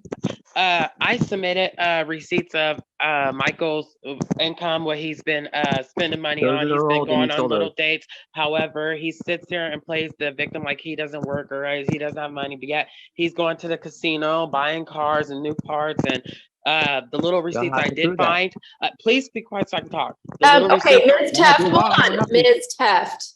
No, you two don't talk to each other. I talk to each of you. It is not your role to tell him when to be quiet. It's not his role to tell you when to be quiet.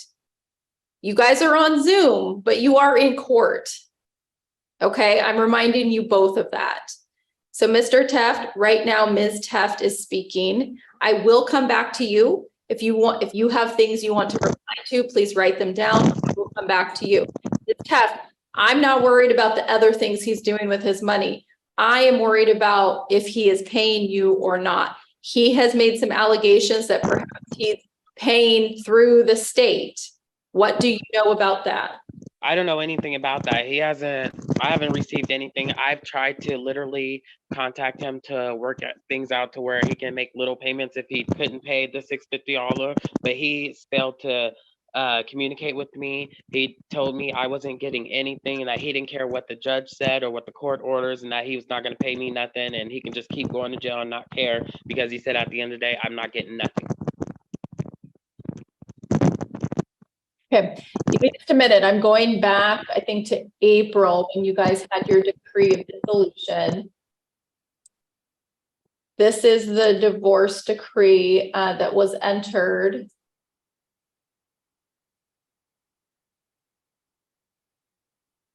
This is requiring $650 a month on the 5th of every month.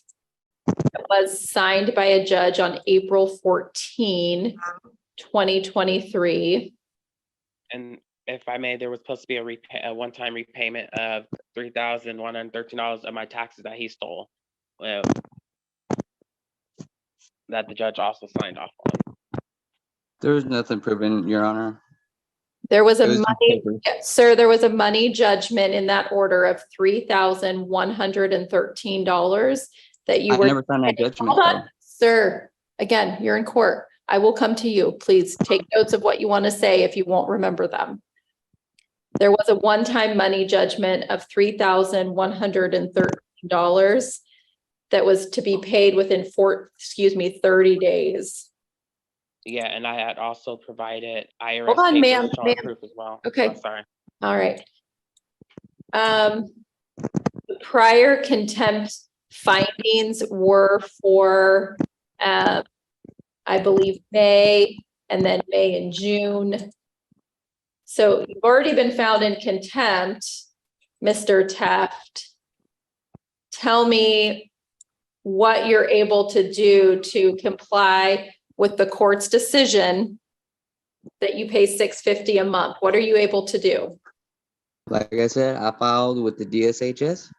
It's a program through them to get some income based on the problems caused from the divorce. It caused me to lose my work with the contempt from the court. It also caused, effect on work. So now I have to file through the state to receive financial income so that I'll be able to address this, because not only do I have this matter, I have child support as well I have to worry about. So I was also looking at, just to state a certain matter that she had brought up in court today. She says that she tried working with me, but there was no proof that there was any form of trying to work with me at all. There's no contract. I have video actually. Nothing. I am done reminding the two of you to not talk over each other. You are both doing it. This I'm is, sorry.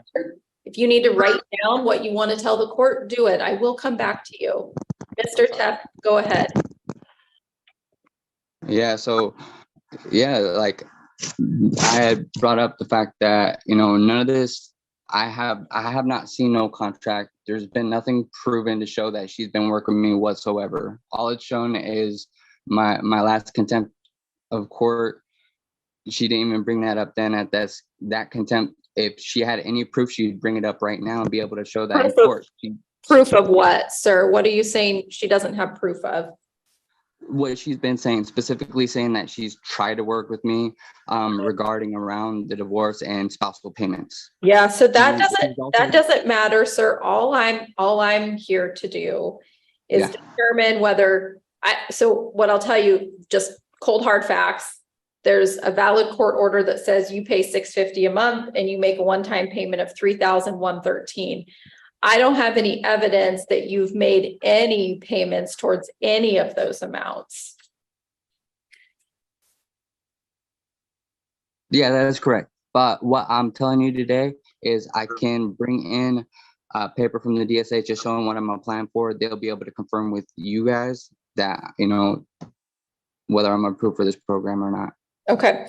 How much time do you need to determine if you're approved for it and if you have money that you can start making? So I was hoping if the courts were willing to work with me, I'd be able to bring in an appointment scheduled today. When my appointment, because it's a process, but I want to be able to demonstrate that I'm working on being serious with this program. So I'll be able to bring that in today, and then I'll just further update as needed with the courts to show that I'm in compliance. So here's what we're going to do. Ma'am, did you want to be heard on anything further, Ms. Teff? Yeah, I do. I feel like what he's trying to do is this the AB thing for DSHS is ridiculous. I think he's just trying to do that so he can avoid having to pay spousal support, because he thinks that's going to get him out of having to pay. As far as me trying to work with him, I even have video footage I can submit, go down, submit it today, of me actually trying to talk to him and trying to work things out. And he literally just told me to leave and cuts me out. And also as well as him trying to say this program, I object to that. That's like ridiculous. Like he's trying to use benefits from the state just to get out of paying, when he knows that he should have been paid. He's had money before. He could have made an effort and he chose not to. Okay. And I feel like So he keeps here's- getting a slap on the wrist, more every time we have contempt court, and like he doesn't get in trouble. So He feels like he's above the law. well, okay, so here's what we're doing today on this. I am signing the contempt order. I'm going to reserve on jail time to, so I'm not going to order jail today, but Mr. Teft, essentially, you're kind of backing the court into a corner here where that's the only sanction we have left, but sending you to jail today doesn't help Ms. Teft get her money. So I'm going to reserve on jail time. We're going to set a review date for August 16, 2023 at 9 a.m.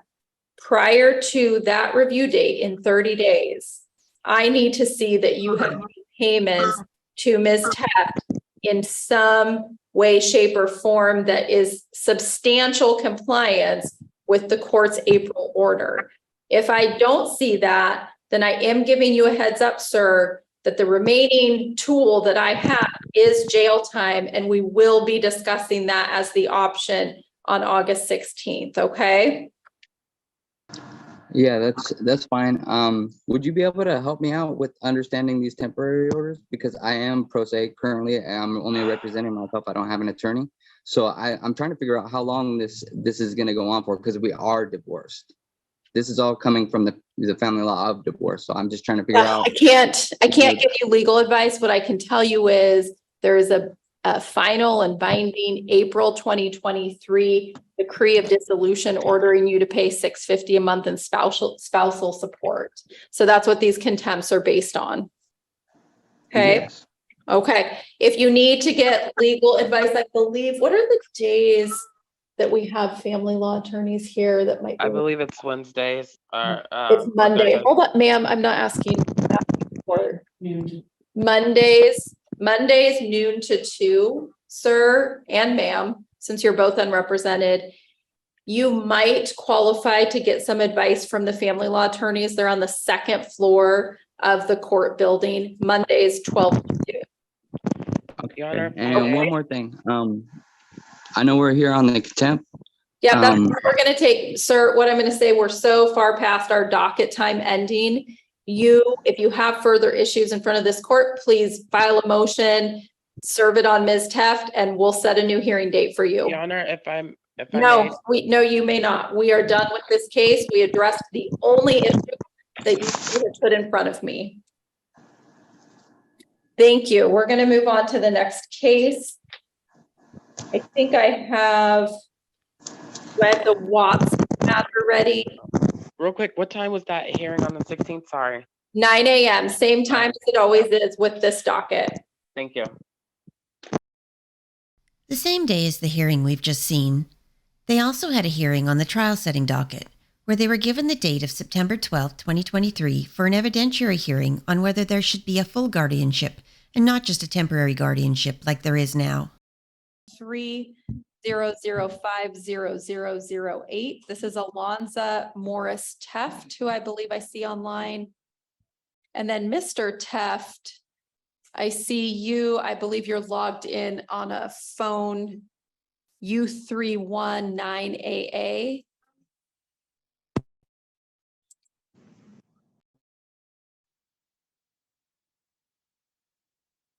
Mr. Teft, you are not unmuted. You're going to need to press, there you go.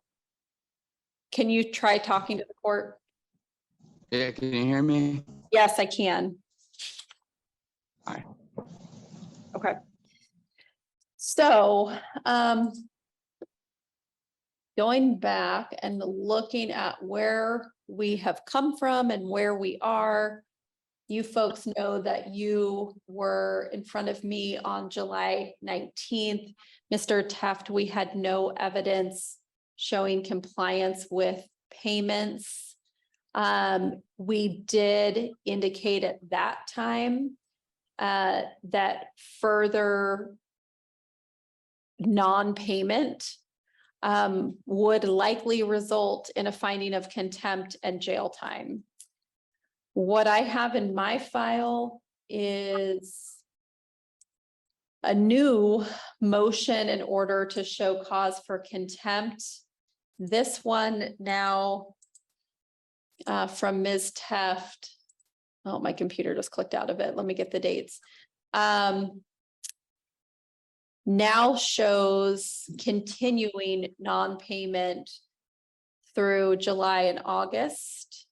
And it still does not, as best I can tell, this is all in handwriting. As best I can tell, has not made any payments on the prior contempt orders. So let me first start with the moving party, Ms. Teft. What can you tell me about any payments that have been made, looks like since May 5th? Michael hasn't made no payments whatsoever. He's been told by judges numerous of times, even by you, to make payments, and he still doesn't do it. He feels like he's above the law and that he doesn't have to follow court orders. And I just feel like he needs to go to jail to know that this is serious, because there's, at this point, we're at what, $5,000 already racked up from all the way from May to now, and he hasn't made not one payment.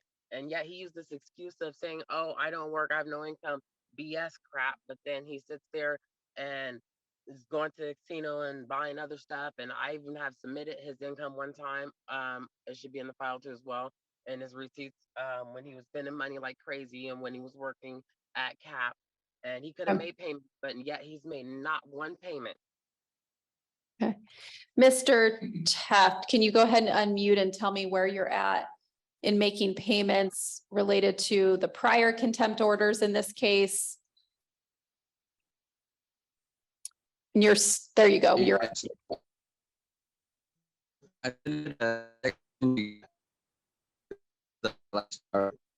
so Mr. Teft, you have horrible connectivity. We are getting about every third letter that you're stating, so I can't even make out a full word. So I submitted a declaration. You submitted a declaration from DSHS. Yes. States that you've completed an appointment with a doctor. What else? What are you submitting that for? Well, it states in the paper, it's regarding disability. So I think in all fairness, it's showing that I'm taking initiative to resolve the issue, but also, you know, just where I'm at financially too, you know, and what's being considered. So I think in fairness, to give it a little more time would definitely help the situation be resolved. What kind of disability have you applied for?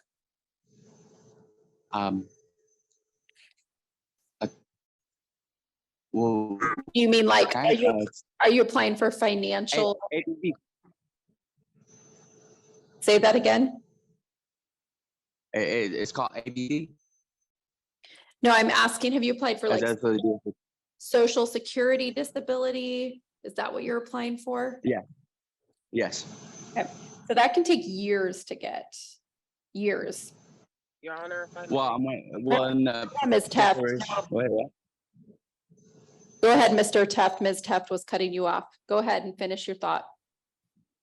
Yeah, so I know that Alonso was aware of that from our last hearing. I know she brought it up that, you know, she knew that I was applying for that. So, I mean, it's not like I haven't been doing anything, but also too, I'm just waiting on an answer from them. They told me it was going to take about a month for a response, whether I get it or not. So if that's the case, then I can do updates with you guys, you know, because I think in all fairness, it should be considered. Are you working right now? Currently, no, I'm homeless. Okay. When did you last work? I think that was the beginning of June. Okay. How much money were you making in June when you last worked? Minimum wage. Were you working full time? Yes. And why did that job come to an end? I was held in contempt and had to go to jail based on failure to pay spousal support. So I lost my job. Are you actively seeking work at this time? Currently, I'm waiting for a response first with the DSHS before I can do anything, because I think, you know, that it's a serious program, and that, you know, I'm considering right now. So that's where my focus has been, is getting a response from them, doing what they require from me, and then going from there. All right, Ms. Teft, you wanted to say something? Go ahead. Yes, I feel like Michael's using this excuse to not pay stuff. Like when he was working, he could have paid at least some of it when he was working full time. I'm taking care of his daughter that he doesn't even take care of. I've got custody of her, and he's been making all this money and before, and now all of a sudden he wants to not work and he wants to file for a disability because he doesn't want to work all of a sudden. But it's like, even when you were working, you didn't make no payments whatsoever. So it's like, how you're gonna sit here and say, "Oh, I'm not working, I'm homeless now," but yet I could see that as a fact if he was making payments when he was working. You know, he had all this time to make a payment when he was working full time and getting those hours, but he wasn't making no payments at all. Considering the fact I'm taking care of his daughter too, he could have made payments. I'm struggling trying to take care of her. Yeah. So, Mr. Teft, I understand that you're stating you haven't worked since June, but what about the May and early June payments? Why weren't those made? May and prior to well, yeah, courtly matters. You know, this isn't the only courtly matter. I'm dealing also with a custody issue and all that stuff. So, you know, with homelessness and the custody matters, and looking forward to these contempt orders, you know, that she was making threats prior to all this. It affected a lot of things, you know, financially. So, you know, that's kind of where I'm at. Just Okay. So what I'm showing and what we're going to do,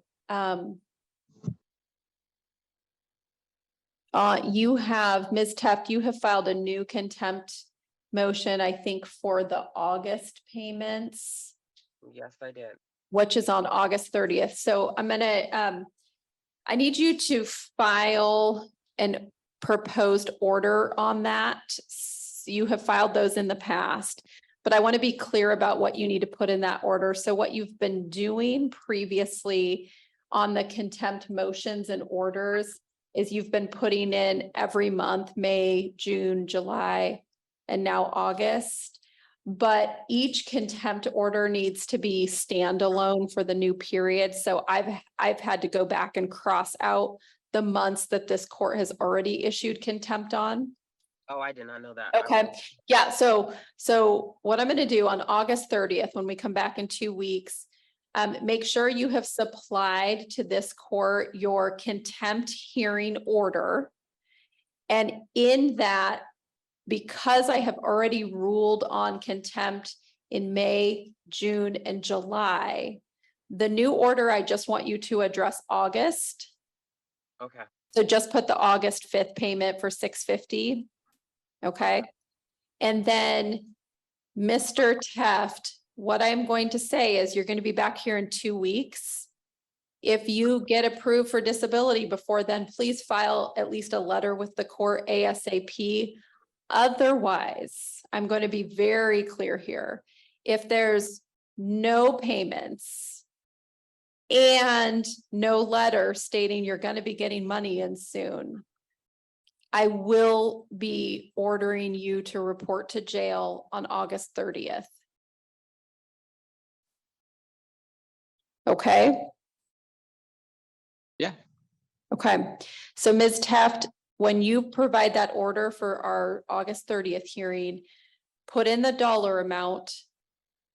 You leave blank the part about jail. I will make that decision, but I want you to fill out the August 5th non-payment. Again, and we're going to address that on August 30th. There will be a jail sanction if I don't either have proof that payment is coming shortly or that payment has been made. Okay. Okay. Any questions from me from either one of you? My question is, For the past due, all the other past due that he never paid, does he still have to pay that, or is Yep. that?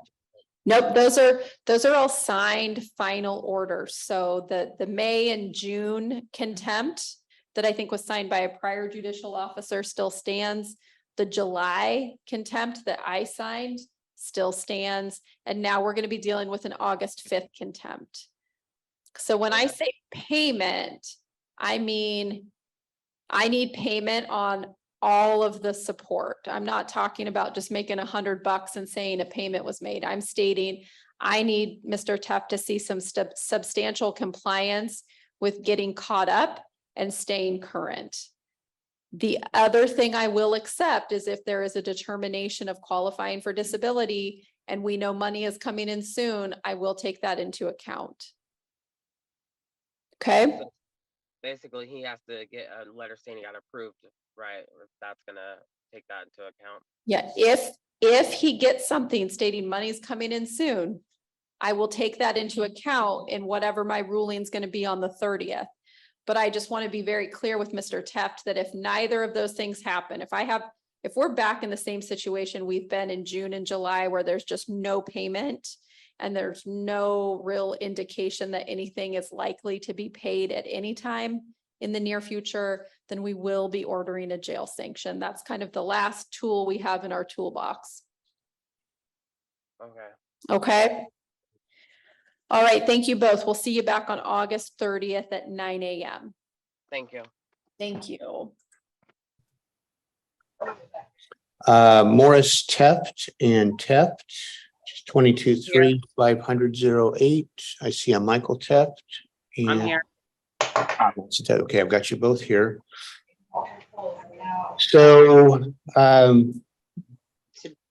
If I may, Your Honor. 22-3-500-08.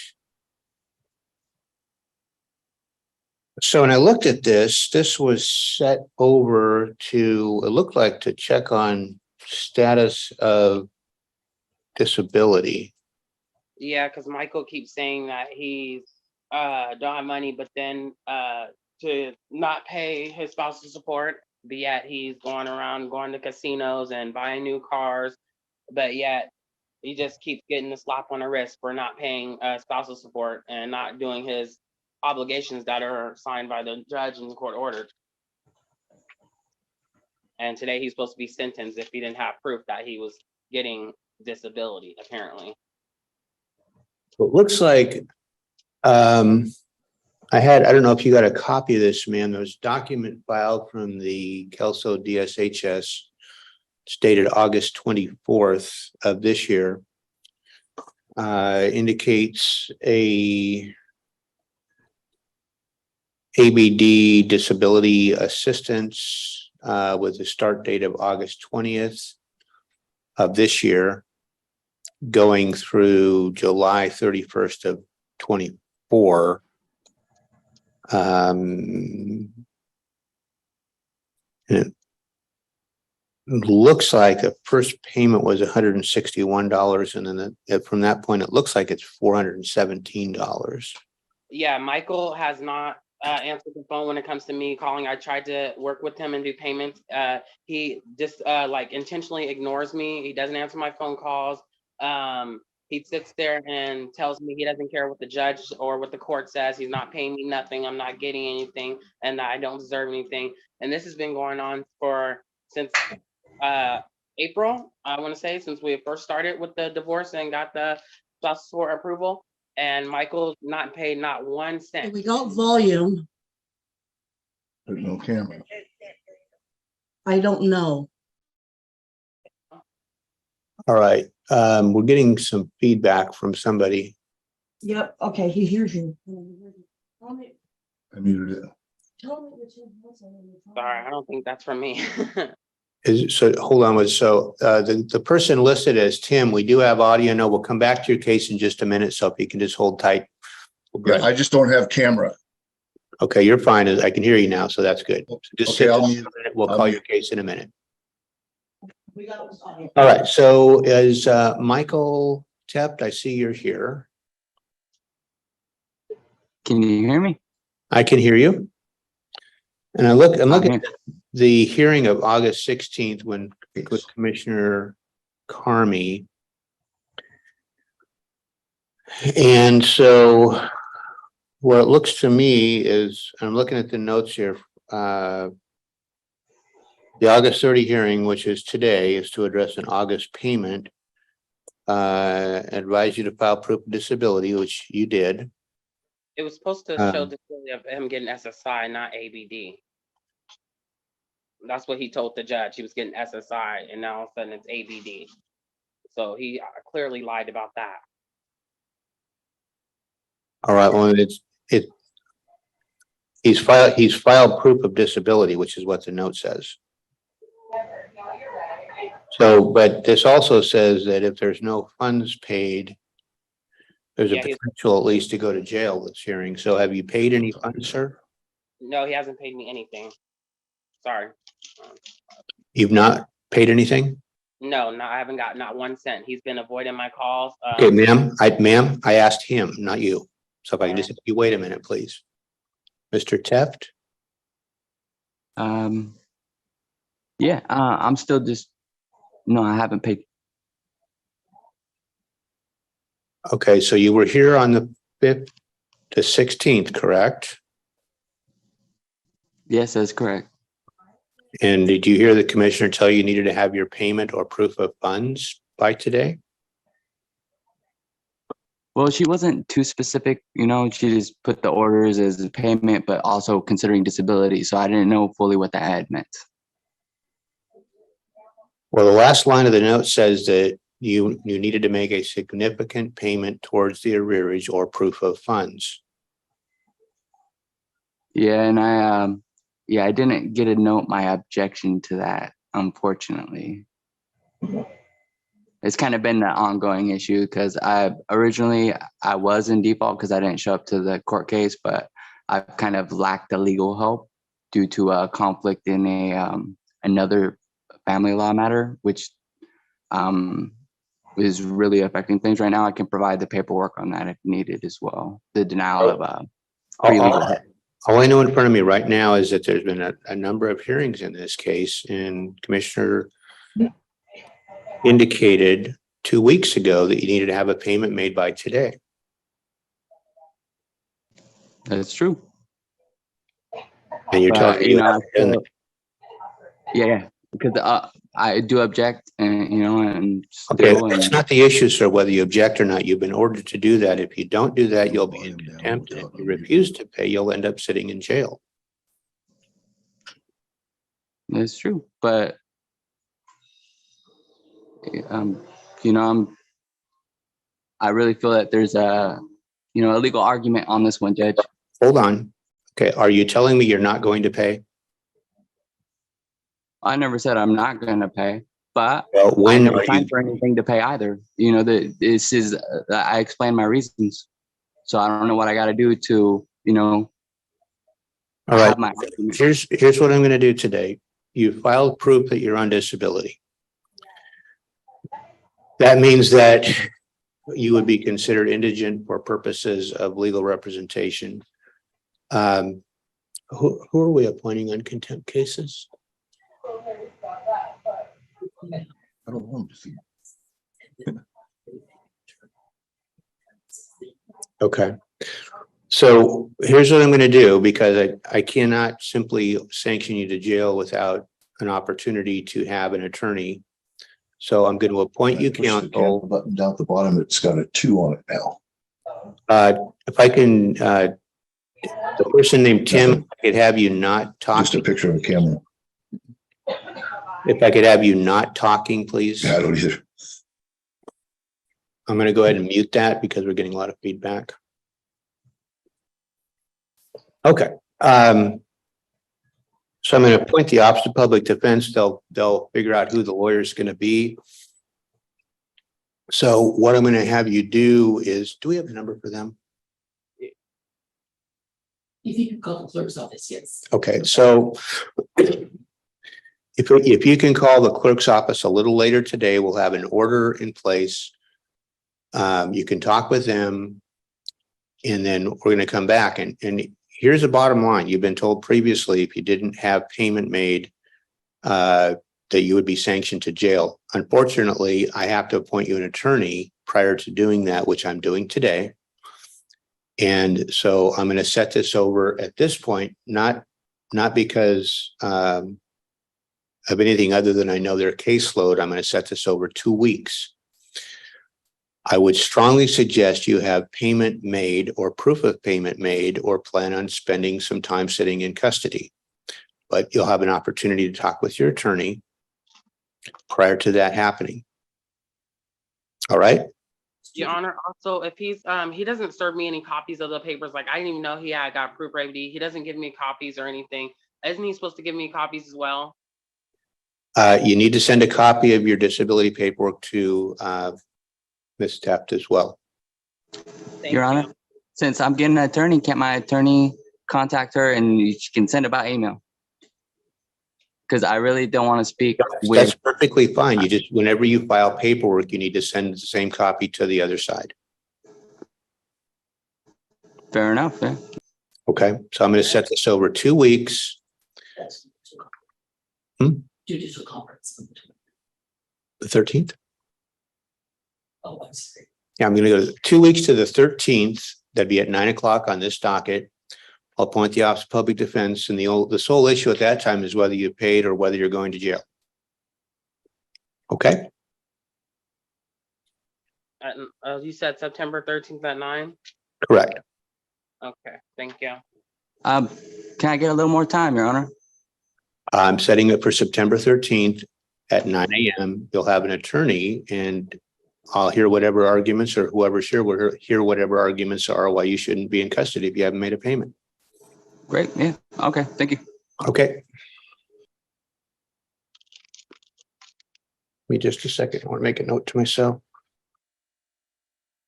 Also, Your Honor, if I may, he's had plenty of opportunities to get an attorney. Like, I feel like this is just keep getting a runaround. Like, he's just keep getting a slap on the wrist. And I feel like this. Ma'am, I'm doing what I'm doing because state law requires that before I put somebody into custody, they have an attorney appointed.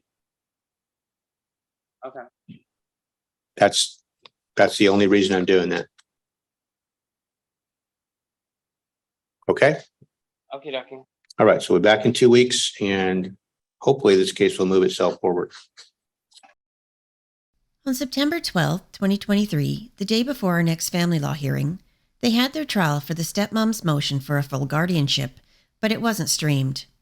However, we can see from Odyssey that the commissioner approved the petition, which means that the stepmom isn't just a temporary guardian anymore, but she's been granted a more permanent guardianship. Now stepmom won't have to keep coming back to court to have the temporary guardianship renewed all the time. It'll be up to the parents to do what the court feels is necessary to have their custody restored, and if they don't, then the permanent guardianship just continues. This trial was the final hearing in the guardianship case, and as of January 2025, stepmom still has full guardianship. The parents were also ordered to pay child support, although it's anyone's guess if dad will actually ever pay anything he's been ordered to. Turning it back over to the folks who are on Zoom, let me just check the messages coming in. I see a set over request from Mr. Teft. Let me just go ahead and call that matter. Give me a minute here. That's number 16 on our docket. That is 223-005-0008. This is Alonza Morris Teft and Michael Teft. It is a review hearing on contempt. I see Ms. Teft present. Mr. Teft, there you are. Are you able to turn on your audio and video, or at least audio? Mr. Teft, we can't hear you yet.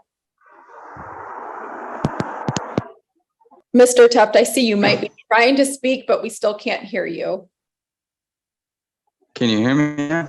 We can hear you now. Are you with us? Reception's a little bad. So my video's off today, but my reception's bad. Okay. I'm just pulling up the notes. I'm on hold, so I don't know if you want to keep going or should I? I'm going to just mute folks who are not currently in front of the court.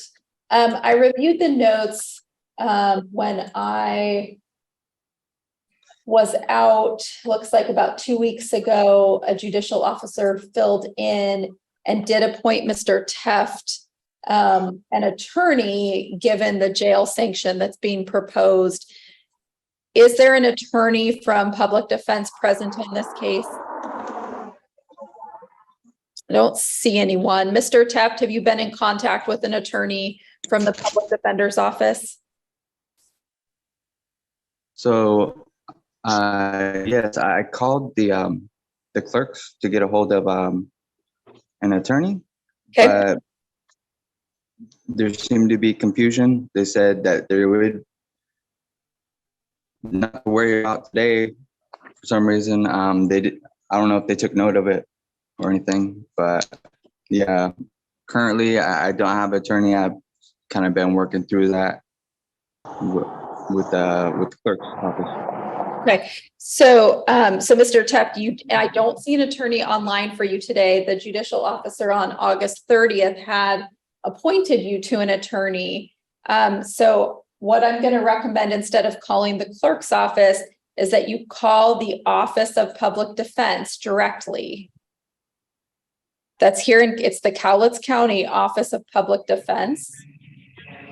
Ms. Teft, because the judicial officer did assign Mr. Teft an attorney, and that attorney has not appeared today, and I don't see any notice of appearance, I have no choice but to set over the review on contempt until that attorney does appear. Mr. Teft didn't even call the attorney. Like, he told the guardian ad litem when we had court yesterday that he didn't even contact the attorney. So I don't know why he's lying and saying that he called. Yeah, and ma'am, all I can tell you is there's no attorney who is online. It's also incumbent upon the attorney to appear. It's not just on Mr. Teft. He has been appointed an attorney. I'm going to set this to Wednesday, September 27 at 9 a.m. That's also the date because I filed another contempt for this month too. I see that in your motion in order for show cause. Has that been served on Mr. Teft? I did not see proof of service. I'm going to turn in the proof of service today. He has been emailed and mailed a copy as well. Okay, so we'll go ahead and handle both the continued jail time request on the September 27th date when an attorney will be present, hopefully, and we'll also handle your show cause motion, I think, for the month of August contempt. Yes. So we'll handle both of those matters then on September 27th. I'll have my judicial assistant reach out to the Office of Public Defense as well, just to make sure that they've been notified of this appointment. Okay. I don't question why does he need an attorney if this is self-represented? So anytime a jail is contemplated as a sanction, so in your motion for contempt, when you request jail and when it is something the court is going to consider because of continued failure to not pay, then the court has to appoint counsel. So anytime jail is a potential sanction, we do have to appoint counsel before the court orders jail. What does that mean, appoint counsel, just for my own knowledge, just to clarify? To give him an attorney.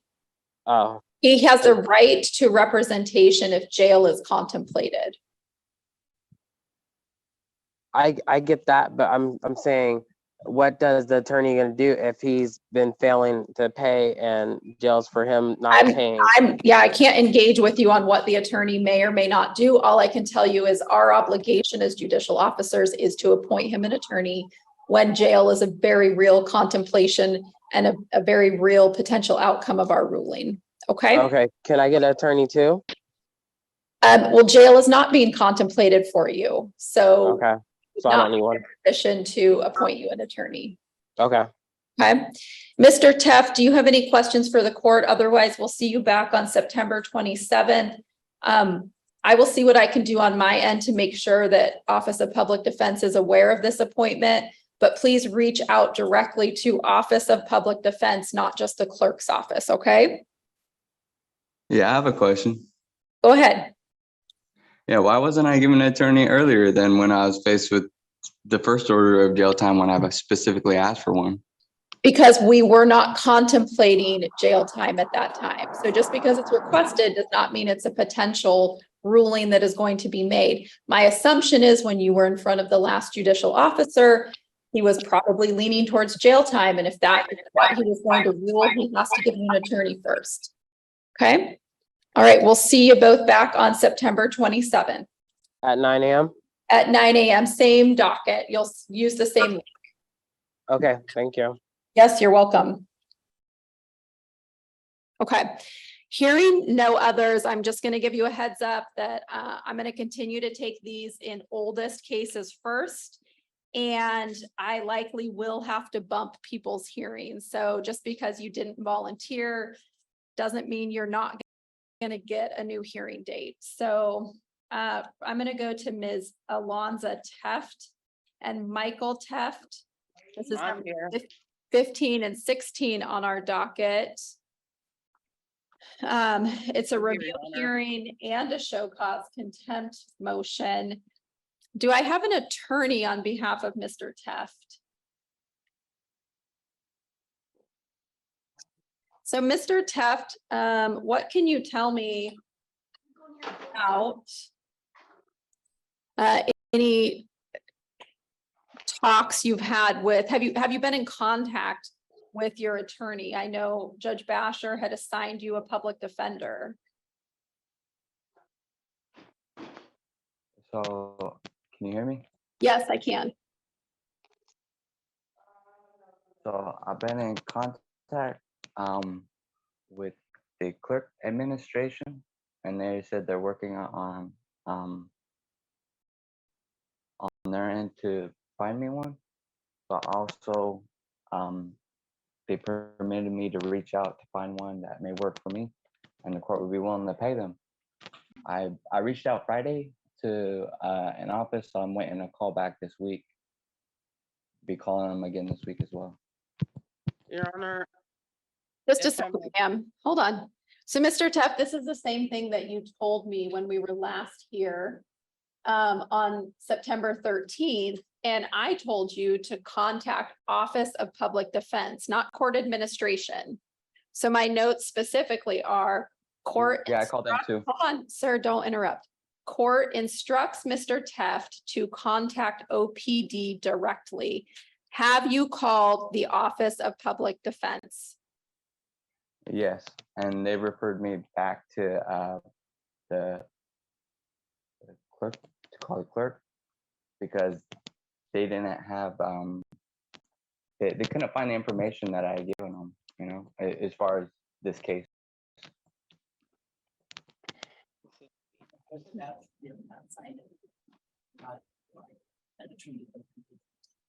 Oh, they were not able to.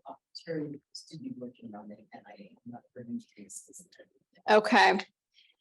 Thank you. I appreciate that update. So Mr. Teft, the clerk has given me an update that Office of Public Defense, for whatever reasons, whether caseloads or conflicts, is unable to represent you. So you are correct in that they are seeking, we're looking for another attorney who can represent you on the potential jail sanction. So the only thing I can do at this time is set over the jail sanction hearing until you do have representation. I'll get that date here in just a minute. But I also see that Ms. Tech, you have filed a new show cause motion to be heard today. So let me just get there. Yeah, because Michael hasn't made no attempts to make no payments whatsoever. And I feel like with this court thing, it's just, he's just keep trying to push it off and it's ongoing. Well, ma'am, okay. So I do have your new show cause motion with the past due spousal support for September. Thank you for filling it out correctly this time, where you just did the current month of September's support for $650. the only thing I can do, ma'am, and believe me, I understand your frustration. I'm equally as frustrated that we can't get an attorney on board right now, but because the only sanction left in my toolbox is a jail sanction, he absolutely has the right to have an attorney present before I make that ruling. So I am going to set both the current contempt motion that you filed for the September payment, along with the prior contempt orders. I'm going to set them both over to a new date so that he can have the benefit of counsel. I'm going to do it for 2 weeks from today. That'll be October 11 at 9 a.m. And then let me just check with the clerk. Do you know, so is there anything more Mr. Teft needs to do, or is it just our court finding someone to take it? Okay. Okay. That's what I'm waiting for too. Perfect. Okay. So Mr. Teft, do you have the contact information for Autumn Terry? Yes, that's who I spoke with last week. Perfect. So I'm being told by the clerks that you should reach back out to her for a status on whether she has found someone to represent you. Once I am off docket today, I will also send her an email asking for a status update. And then we'll be back on October 11th at 9 a.m. Okay. Since it's October, we gotta be back. That means I will be filing another contempt for October too. Correct. So if you don't receive October payments, then I assume that you will file a motion to show cause for October. Okay. Okay. All right. Thank you both. All righty. And then I'm going to call the Teft matter, since I believe we have Attorney Swenson online with us. Thank you for being here, sir. Thank you, Your Honor. Good morning. And let's see. Good morning. I have Alonza Morris Teft present, and I believe I saw Michael Teft. If you all are free to unmute. Yeah. Okay. I'm So present. great. Thanks everyone for being here. What I have received, to just let all the parties know, Ms. Teft has filed additional contempt motions that are set now on future dockets. So I have received those. I think more importantly, what just came in that probably affects what we do today, and Ms. Morris Teft, let me know if you've received this. On October 6th, the court received Mr. Teft via his counsel a motion to vacate order and stay order and contempt proceedings. Have you received that? No. Okay. Yeah, again, he doesn't send me a copy. He doesn't serve me a copy or nothing. Michael seems to do what he wants. Well, okay, so it's a little bit different here, ma'am. What I'm telling you is that he now, so you'll recall, we had court appointed counsel because there was a potential jail sanction involved in Mr. Swenson now represents him. As part of that representation, he has filed a motion to vacate the underlying dissolution order and to stay the prior contempt, or excuse me, the contempt proceedings. That motion went in front of a judge ex parte to be set on our October 17th docket. And what the judge did sign was a statement that pursuant to Court Rule 62B, the judgments against the respondent and contempt proceedings are hereby stayed until further order of the court or a determination of respondent's motion to vacate the judgment, whichever comes first. And that was signed on October 9th by a Superior Court judge here in this county.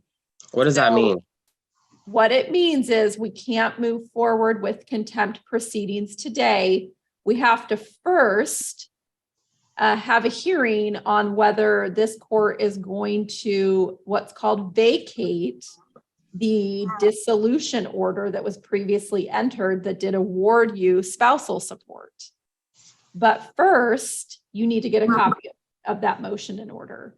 So I believe Mr. Swenson has noted that for this docket for next week, October 17th. I believe it's the attorney docket, Your Honor. Oh, yep, thank you.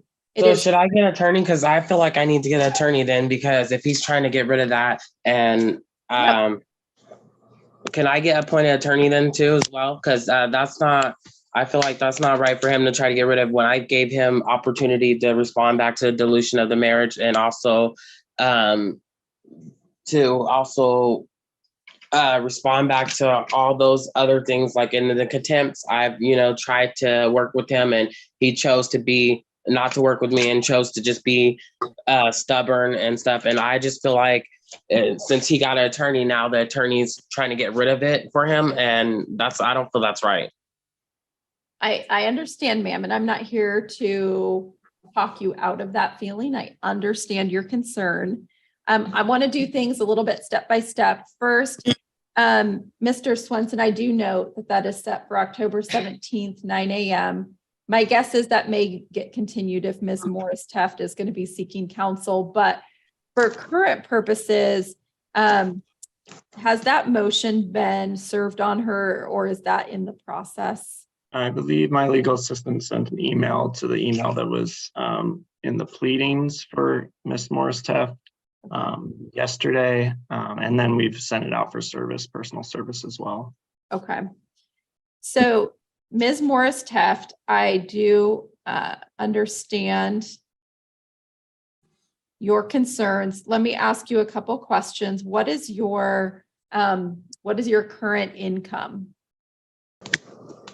Right now I'm not working because I'm in school for a phlebotomy school that I just started, and I graduate that on November 9th. And then after November 9th, I'll start working at the hospital. Okay. And what type of school? It's phlebotomy school in Clackamas, Oregon. Okay. And then you said do you already have the job lined up at the hospital? No, they help job placement after you graduate, and graduation is November 9th because it's a 6-week program. Okay. And class don't start until October 28th. Okay. But I just got enrolled in that. But before then, I was working at Level Wyoming and CAP in the housing department. Okay. And when did you stop working there? The end of last month. Okay. And how much were you making at that time? Minimum wage, and I was working 20 hours a week, and I was only for 3 months. I only worked there for 3 months because before then, they gave Michael a job working at CAP, and he was working full time. Okay. So I think what I'm going to do at this point, I mean, this is a very unusual situation. Mr. Teft was appointed counsel essentially related to the jail sanction. But I can see how the defense to the jail sanction is this motion to vacate. So I do think that is in the purview of court-appointed counsel. Ms. Morris Teft, we don't typically appoint petitioners court-appointed counsel, but I understand your argument. So what I am going to... Oh, sorry. I only say that because the past contempts, when Michael was working full-time, he didn't pay nothing, and yet he's just like, it feels like he just gets away with that and doesn't have to pay nothing. Well, ma'am, what's been raised in the motion to vacate are some legal arguments about whether he was given certain rights that the court has to look at to respond, whether the order comports with the law. So there are legal arguments that have been raised by the motion that I think that you will want an attorney to respond to. What I am saying, though, is that typically on the family law docket, so Mr. Teft was appointed counsel because there was a jail sanction involved. We do not typically at county cost appoint attorneys for family law matters. So what I'm going to do right now is reserve on that issue. We'll set that issue over to the October 17th docket. What I would like to happen in the meantime is for you to receive and review the motion that's been filed. And then you can determine if, again, when you come back on October 17th, if you're going to be asking for us to make a ruling on whether we can even appoint you court-appointed counsel. But I would recommend that you seek either low or no cost counsel in the meantime on your own, once you receive those documents. It sounds like they are in your email.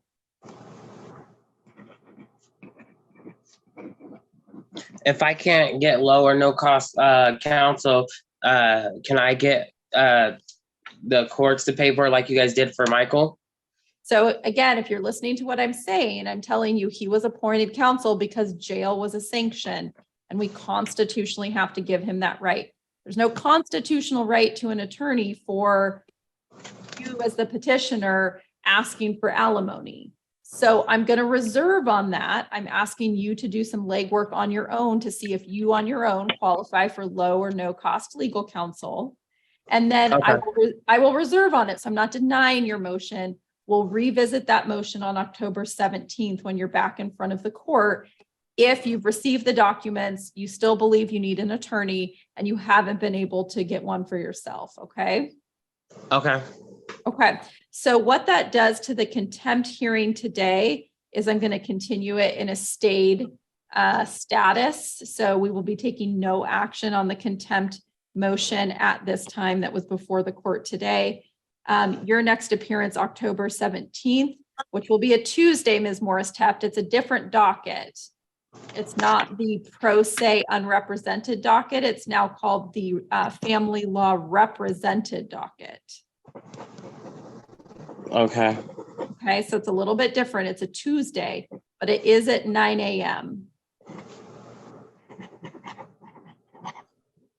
Okay. Tuesday. Mr. Swenson, anything else on behalf of your client today? Not at this time, Your Honor. Okay. All right. Ms. Teft, any questions for me? No, you said Tuesday at 9 at October 17th, right? Correct. Okay. And then check your email. It sounds like the documents are also being personally served on you, but if you'd like to start looking at those, I would recommend you check your email. I will, and I'll give a couple of lawyers a call too as well that I have in mind. Okay, sounds good. All right, thank you all. Mr. Teft, right. You're free to log off as well. Okay, thanks for your patience. Next, I'd like to call Alonzo Morris-Teft and Michael Teft, cause 22-500-08. I'm here. Ms. Morris-Teft is present. Welcome to you. Mr. Swenson is also here. Welcome to you. Thank you. I'll double check to see if Mr. Michael Teft is on the line. I don't see him. Mr. Teft, are you on the line? I didn't think so. All right. So let me just pull up my notes. We're on today for Mr. Teft's motions.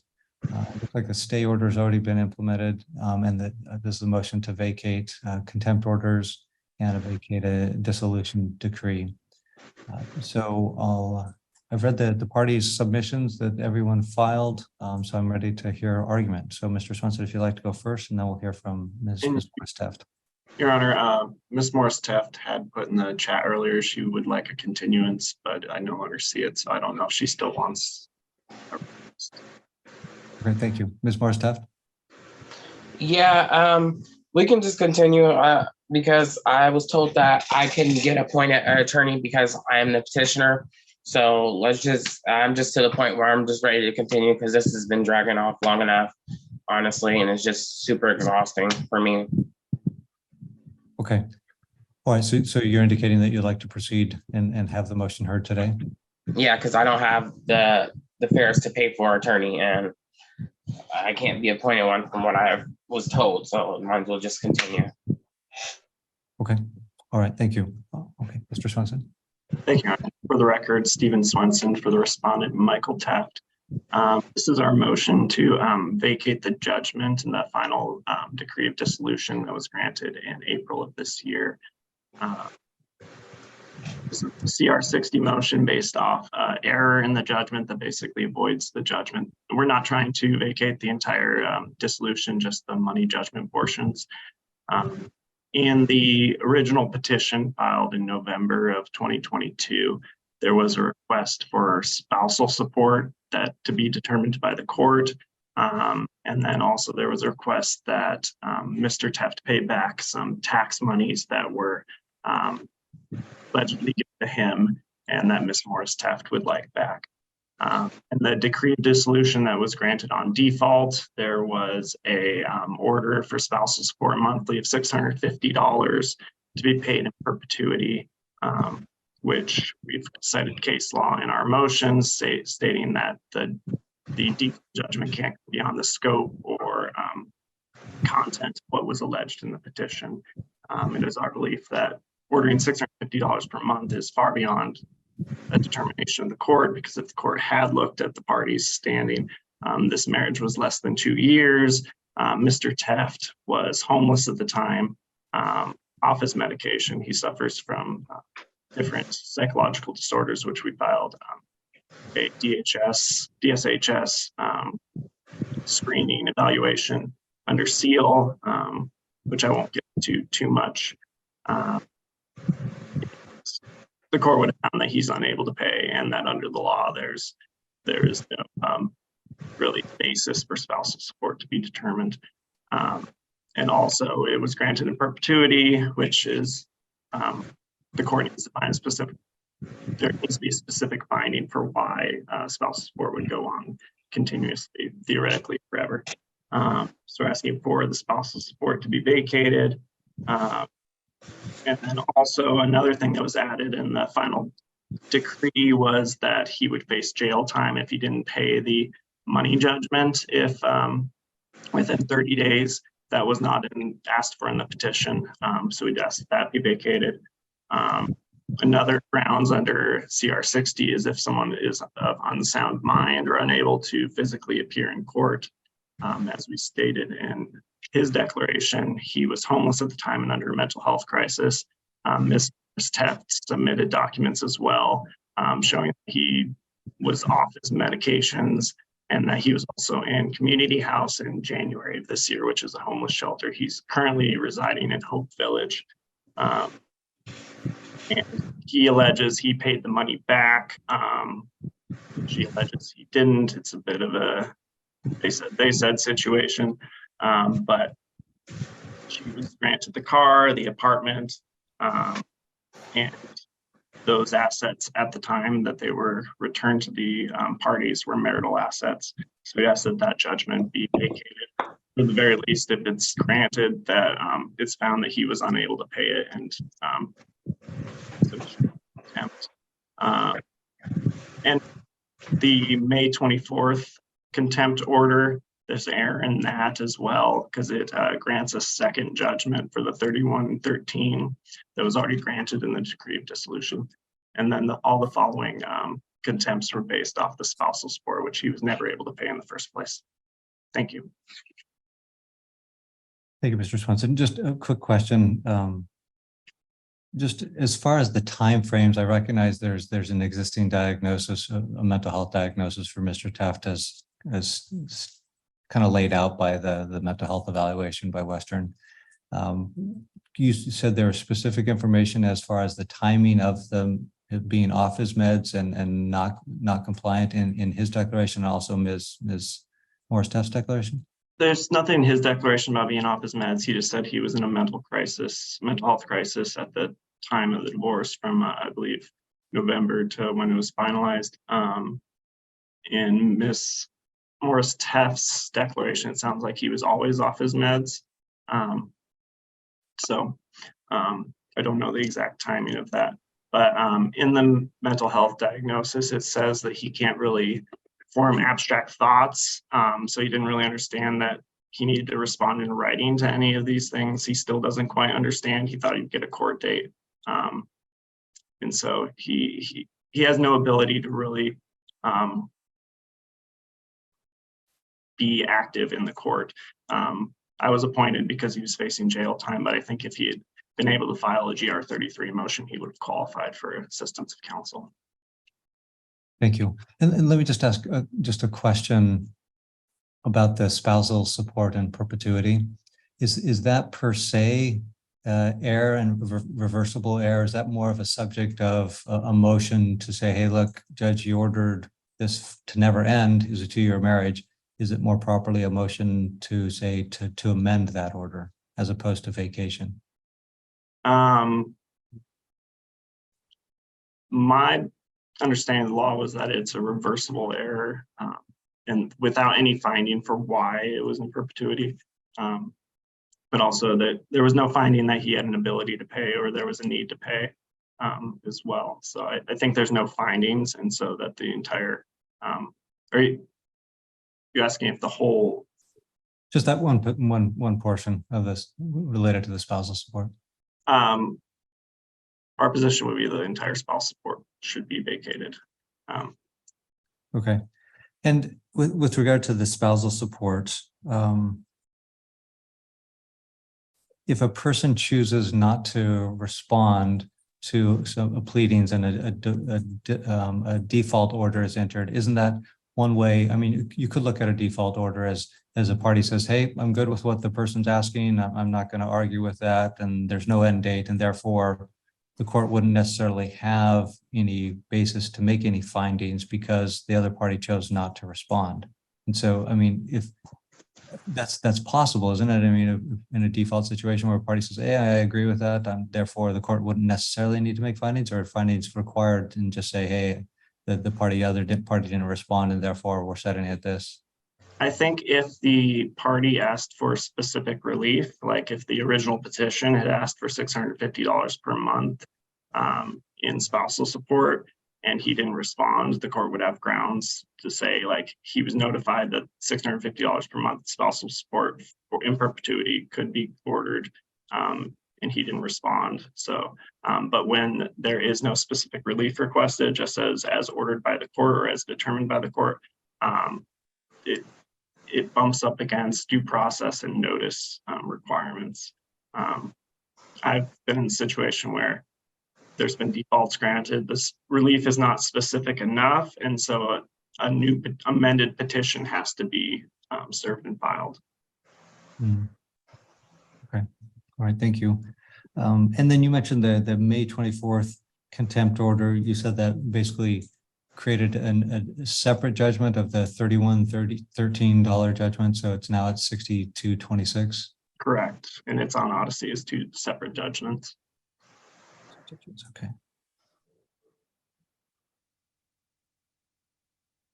Okay, thank you. I appreciate that.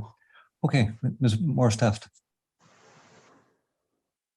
Yes, I think that's a lie. Michael agreed to that. He chose not to respond to the divorce, all that, because I was working with him. He was not homeless at the time. I proved that because he had the house and I was homeless. I was the one out on the streets. And he's not, he says that he didn't have a car. We swapped cars. He got the Blazer and I got the Jeep. So it wasn't like he was just didn't get anything. And I don't like how his attorney is trying to make it seem like poor Michael, and oh, Michael's so mental, but that's not the case because Michael played like he was mentally ill because he was trying to get out of another case when he ran over and got a hit and run with his baby mother, Marcella, which he did get out of. And from the jump, he never took his medicine. That's why if you've seen on the pictures I submitted, those are from 2019, which is still here in the closet. Never once did he take them, but yet he told his counselors and his doctors, that he took them, and how he says, I feel better and this and that, but he never took them. And I was the reason why I did spousal support is because I was the one who was the home parent that he wanted me to be the home mother and take care of the house and take care of the kids while he go work. Not to mention when I filed a divorce, he was working full time. And before that, he worked full time for 9 years. And then all of a sudden he wants to apply for ABD because he doesn't want to pay spousal support or pay the tax money that he stole from me, which was rightfully mine that I earned. And I felt like I honestly feel like this is ridiculous. Just like even now, I'm taking care of his kid that he doesn't take care of because he abused, and he sat here and pawned her off to other people to where she started running away from school and from him just to come live with me. And he has to pay no expenses, no nothing. He doesn't pay anything. I'm paying all her expenses. I'm paying getting her clothes, providing her food and all that. I'm not getting no child support, although they just now ordered that. But he was paying child support for his other daughter that he wasn't seeing. Never once was he paying it for this kid. He's just now started paying it because I got granted full custody. But I haven't received anything. I'm struggling. Not to mention, I just started working because when I did take care of Annabelle at first, when we started this divorce and he was working full time, he was still receiving TANF and food stamps for Annabelle that I wasn't receiving. So it made it even more of a struggle for me. And I literally, and that was from what, January to, I want to say July, end of July is when he was receiving those funds. And so that was additional money on top of that, of his full-time job that he was working. So this whole, oh, he was homeless and don't have the fund, that's a lie. And I feel like that's not right. And just like he strategically kept this, when I did file the contempt, he strategically kept this going on when he was like, oh, talking about he didn't know what he was doing and he needed help. And when I tried to, after the first contempt, I even went and talked to him. He straight up told me that he was going to do everything in his power so that he didn't have to pay me nothing because I don't deserve shit. And I have that on video and I can submit that too as well. I just don't know how to submit videos. I have a lot of videos of him sitting there telling me that he's going to do this. And yet he's sitting there and I feel like right now, I feel like this is working in his favor because I feel like it's everybody's against me and I'm the one struggling taking care of his kid. Thank you, Ms. Morstadt. Anything else you want to share?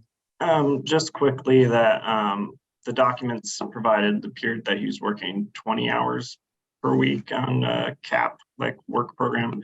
So it wasn't full time. And there is a child support order in place. So that's already been calculated and the spousal support should not be used as a substitute for child support. That's not, I wasn't trying to use that as a substitute. I'm just saying he was working full time. Before that, he was working at New Moon.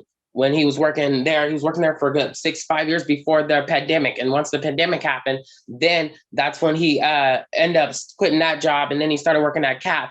And he was, at first he was working full time. And I think I must have forgot a document to submit. I went to submit it, his pay stub too, which I got here. I must have forgot to submit that with that. But he, at first he started off at 20 hours, then he went to full time. And then on top of that, he was receiving TANF and food stamps for the child that he wasn't even taking care of. Thank you. Okay, so what we know is that there was a default order entered related to a petition that Ms. Morris-Teft had filed. She had requested spousal support and indicated that the court can decide.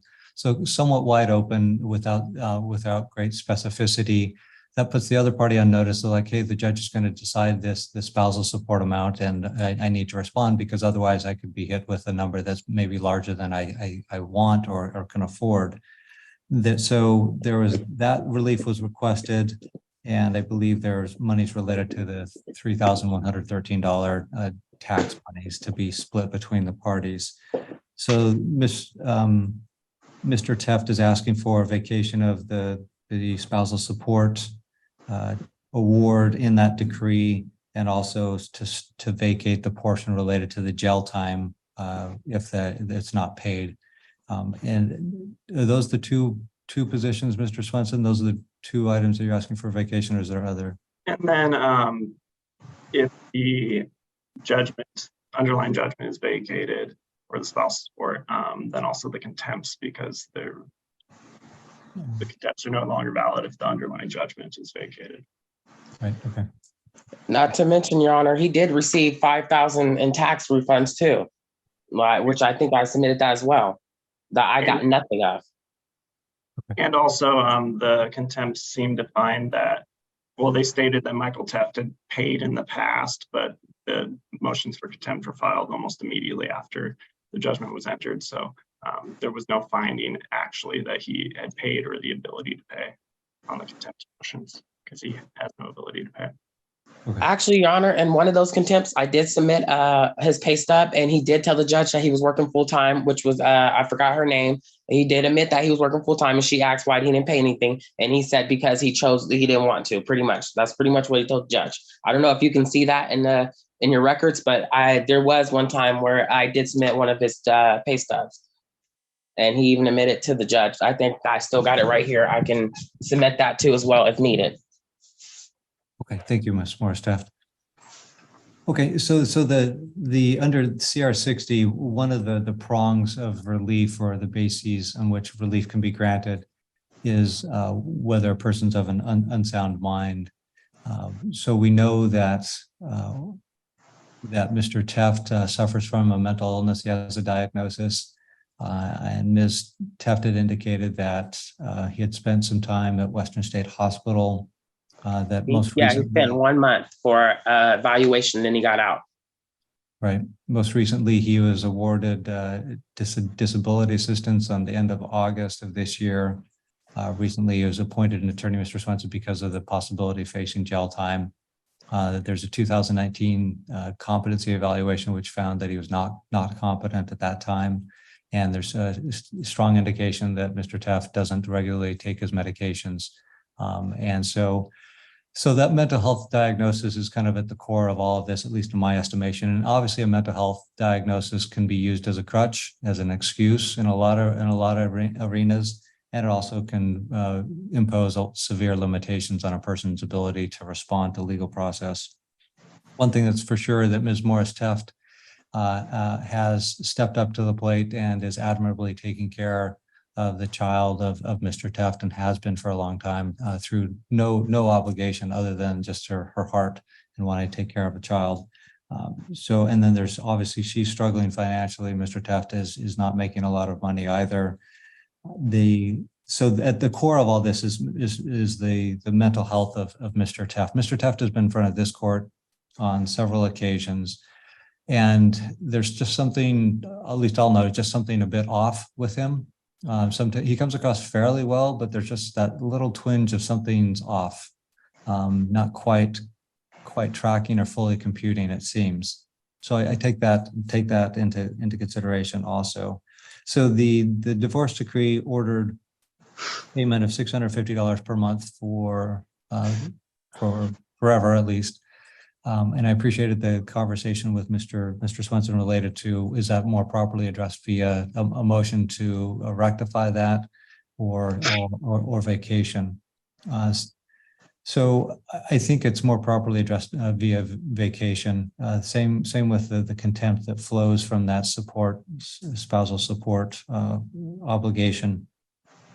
So what that means is that I'm granting the motion to vacate the divorce decree related to the specific provision of spousal support and what follows thereafter, the contempt findings. I'm going to vacate those based on CR 60, the unsound mind provision, and also the vacation of the jail time portion.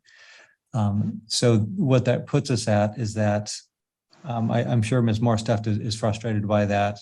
However, I think that when there's concerns of mental health at play, and now that Mr. Teft has counsel, that when we have a future judgment, if there is one related to spousal support and other things, that we can feel confident in that ruling. And is it going to take more time? Yes. Is it going to take more money? Yes. And will we hopefully have a better, more confident result? The hope for answer is yes there also. So I'm granting those three provisions of vacation related to the spousal support provision, the contempts that followed thereafter, which I think were on May 24th, June 14th, and July 19th. And I think that would also apply to any pending motions related to spousal support contempt, that those would be stricken or at least not heard because of the ruling that the court gave today. And then the jail time provision, that's stricken also. So what about the repayment of the tax refund that he took from you? Yeah, so that is unchanged in the divorce decree. That remains. The 3113 judgment remains. The May 24th contempt hearing that doubled that and added in a separate judgment is vacated. So I think that there may be some future litigation and hearings related to things going forward, but at this point, the divorce decree stands with those separate provisions being vacated. So then I'll ask Mr. Swenson as the moving party, as far as a presentation date where you could prepare that order from today's hearing and forward that to Ms. Morris Teft and come back. Would November 7th work for the parties? So, help me I gotta understand this. I'm not understanding this. So Sure. you want us to come back on November 7th after you approved their motion? So wouldn't you, after you approve their motion means that I'm not understanding this. Yeah, it's a good question. I appreciate it. So the court, I made some rulings here today. And so I'm asking Mr. Swenson to summarize those rulings in paper format. And he's going to submit a copy to the court. He's going to submit a copy to you. You'll look at it. If you feel like he got wrong what I ordered here today, you can say, hey, he got this wrong on November 7th, and you explain why he got it wrong. If he got it right and he got everything correct, what the court ordered, then you'd be here on November 7th to say he got it right, or he could sign off on before, and then the court would sign it. So it's basically just a summary of what the court ordered today, that I'm vacating the spousal support provision, the jail time provision, and the contempt findings over 3 hearings in the past. Okay, but I get that. So that means he doesn't have to pay spousal support. That's fine. But what does he still have to pay the stolen taxes that I want, the repayment that I requested? That's what I want to know. That remains unchanged. That's still in the decree. That doesn't change. So he has to pay that. Yes. Okay. Yeah.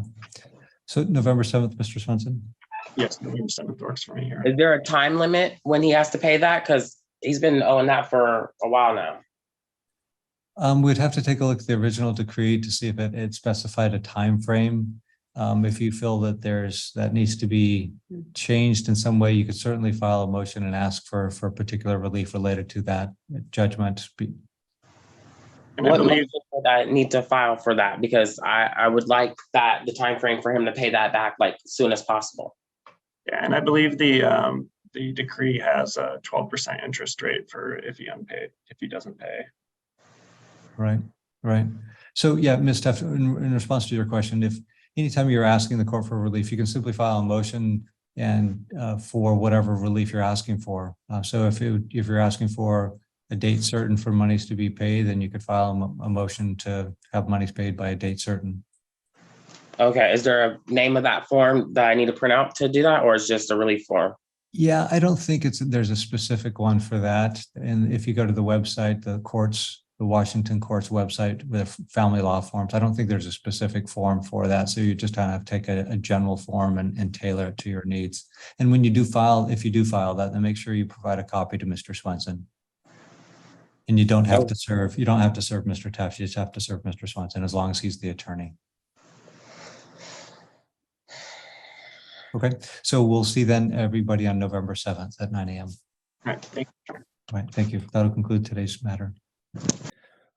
All right, let's start off with Alonsa Morris Taft and Michael Taft. That's cause 22-3-500-08. See that Mr. Swenson is present, and I'll ask if Ms. Morris Taft is on the line. Yeah. Okay, welcome to you, Ms. Morris Taft. We're here today for a presentation from our hearing that was previously held related to the Mr. Taft's motion to vacate. I received a proposed order from Mr. Swenson, and Ms. Taft, just checking in with you, did you receive a copy of that proposed order that Mr. Swenson prepared? Yeah. Okay, do you have any objections to that? I don't agree with it. No, I don't agree with none of it. But I feel like I need an attorney, and I feel like I'm not given that right, which is, I don't feel it's fair. Okay. In looking over it, I recognize that you disagree with the court's decision. However, anything within the order that Mr. Swenson prepared that you feel is did not accurately capture what the court ordered? I feel like they're all lies. They're trying to sit there and say that Michael, doesn't know any better, and trying to make it seem like he's mentally ill when he's not. Okay. All right. So I've reviewed that order. I'm fine with the form that's presented. So I've signed off on that order, and that'll be filed. That's fine. Does that mean he still will have to pay the repayment? Could you repeat that again, please? I said that's fine about the social support, but I'm saying, does that mean he still has to pay the repayment of the $3,113? Yeah, the $3,113 still remains part of the judgment. We just removed the doubling of that. So we just removed one of those. So it's just, yeah, so that still remains. Okay, and will that be interest, the 12% interest too, since he's been having, since it's been so long? Because on the decree, it said he was supposed to pay that 30 days after it was signed by the judge. And since the spousal support just got removed, that just means that part got removed. However, since the reimbursement didn't get removed, that means he's in contempt for that one. I'd have to take a look to see if the decree orders the 12% interest to accrue. I'm not sure off the top of my head. That's maybe something that you could take a look at the decree and it would specify it there. Or if Mr. Swenson knows, he could answer that. I believe it does have a 12% interest rate on the judgment. Okay. All right. That'll conclude today's hearing. Thanks, everybody. Appreciate I it. also, oh, before we go, I filed Yeah. a motion and I also filed contempt for the repayment of the $3,113 only. Right. I saw that you filed some other pleadings then with a docket in the future. So we'll Because address I it. didn't know if that was the right one or not. Yeah, I'm not sure either. I just looked at it.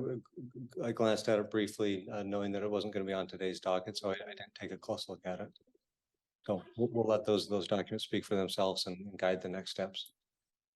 Okay, so what is the next, do we have another court date regarding the proposed order or?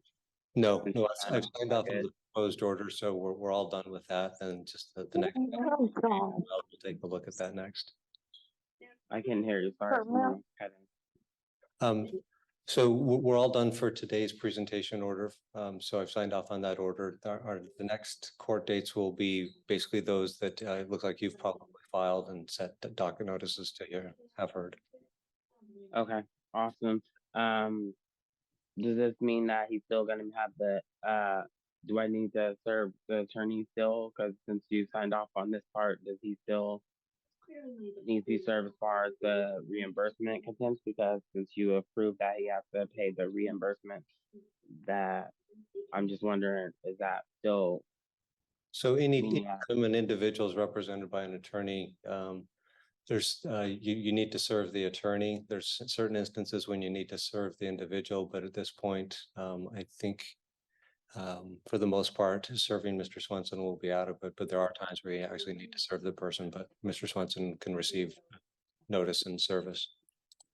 Okay, I did serve him, but I was wondering since, since we have this signed off and everything, that now that you approved the reimbursement and you signed off on the vacated other stuff, is he still going to be his attorney for me, like for the contempt, like when the contempt coming up in this court hearing? That's what I'm curious to know.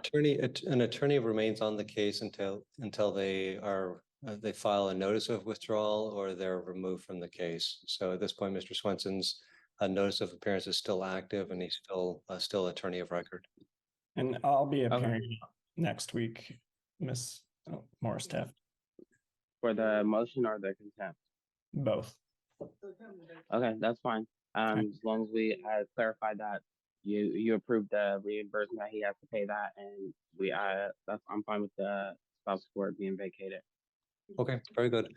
All right, thank you. Ms. Morris-Taft. Thank you, Your Honor. Swenson. I'm going to jump to the Taft case that Mr. Swenson is on. This is number 7 on our docket, 223-005-0008.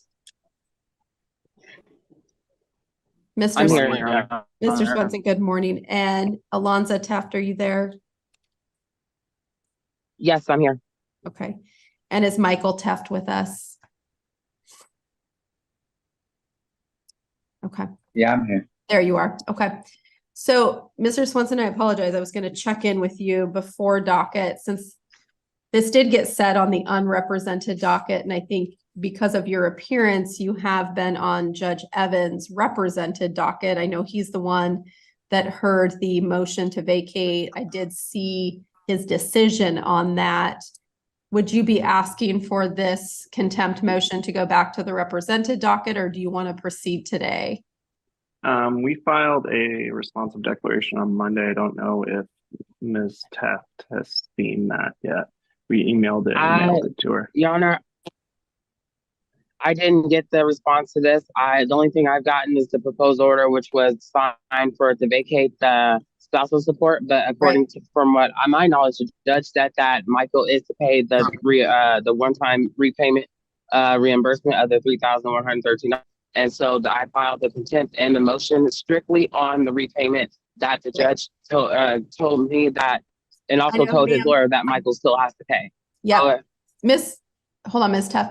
I saw all of that. I reviewed what Judge Evans did. The question right now, though, is that you filed this new motion for contempt just on the $3,113 or something like that, that the judge still kept in the divorce decree.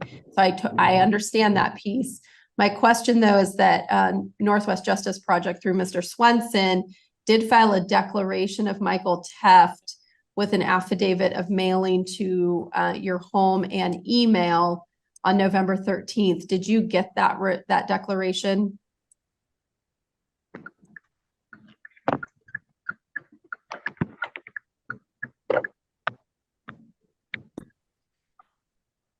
Ms. Teft, can you hear me? I can hear you now. I'm sorry. I didn't hear. For some reason, the tablet tuned out. Okay. So my question was whether you received the response declaration of Mr. Teft that was sent to your email on November 13th. For the contempt, no, I did not receive it. Unless he sent it to a different email, but I haven't received anything. The only thing I received was the proposed order that was signed by the judge regarding the spousal support being vacated. Okay. And so on Monday, this response was sent to you by mail and email. Would you like to review that before you proceed today? No, I just want to proceed because I feel like not only have the judge granted again for him to pay that $3,113 back, he's already got the spousal support vacated, and you know he's got one thing to pay, which is that one reimbursement that he stole from me, and then we're done. So I'd rather just proceed. And the reason why I filed the contempt is because since I was granted for him to pay that back, it's been a long time, you know, from all the way of when the order was signed on the 14th of April, and we're already almost at the end of the year, and he still hasn't paid nothing, made no efforts whatsoever. So I just want him to pay that back, and we can be done with this. Mm-hmm. I mean, it's crazy. We're ready to proceed today, Your Honor, on the contempt. Okay, you are. Okay. You've reviewed everything. Yeah, let's go ahead and do that. So Ms. Teft, I do understand your argument. I did go back and look at Judge Evans' ruling on the underlying divorce decree. I do understand that he kept in specifically that $3,113, if I'm not mistaken, amount. But I do understand your argument. Is there anything else you want the court to know on your motion for contempt?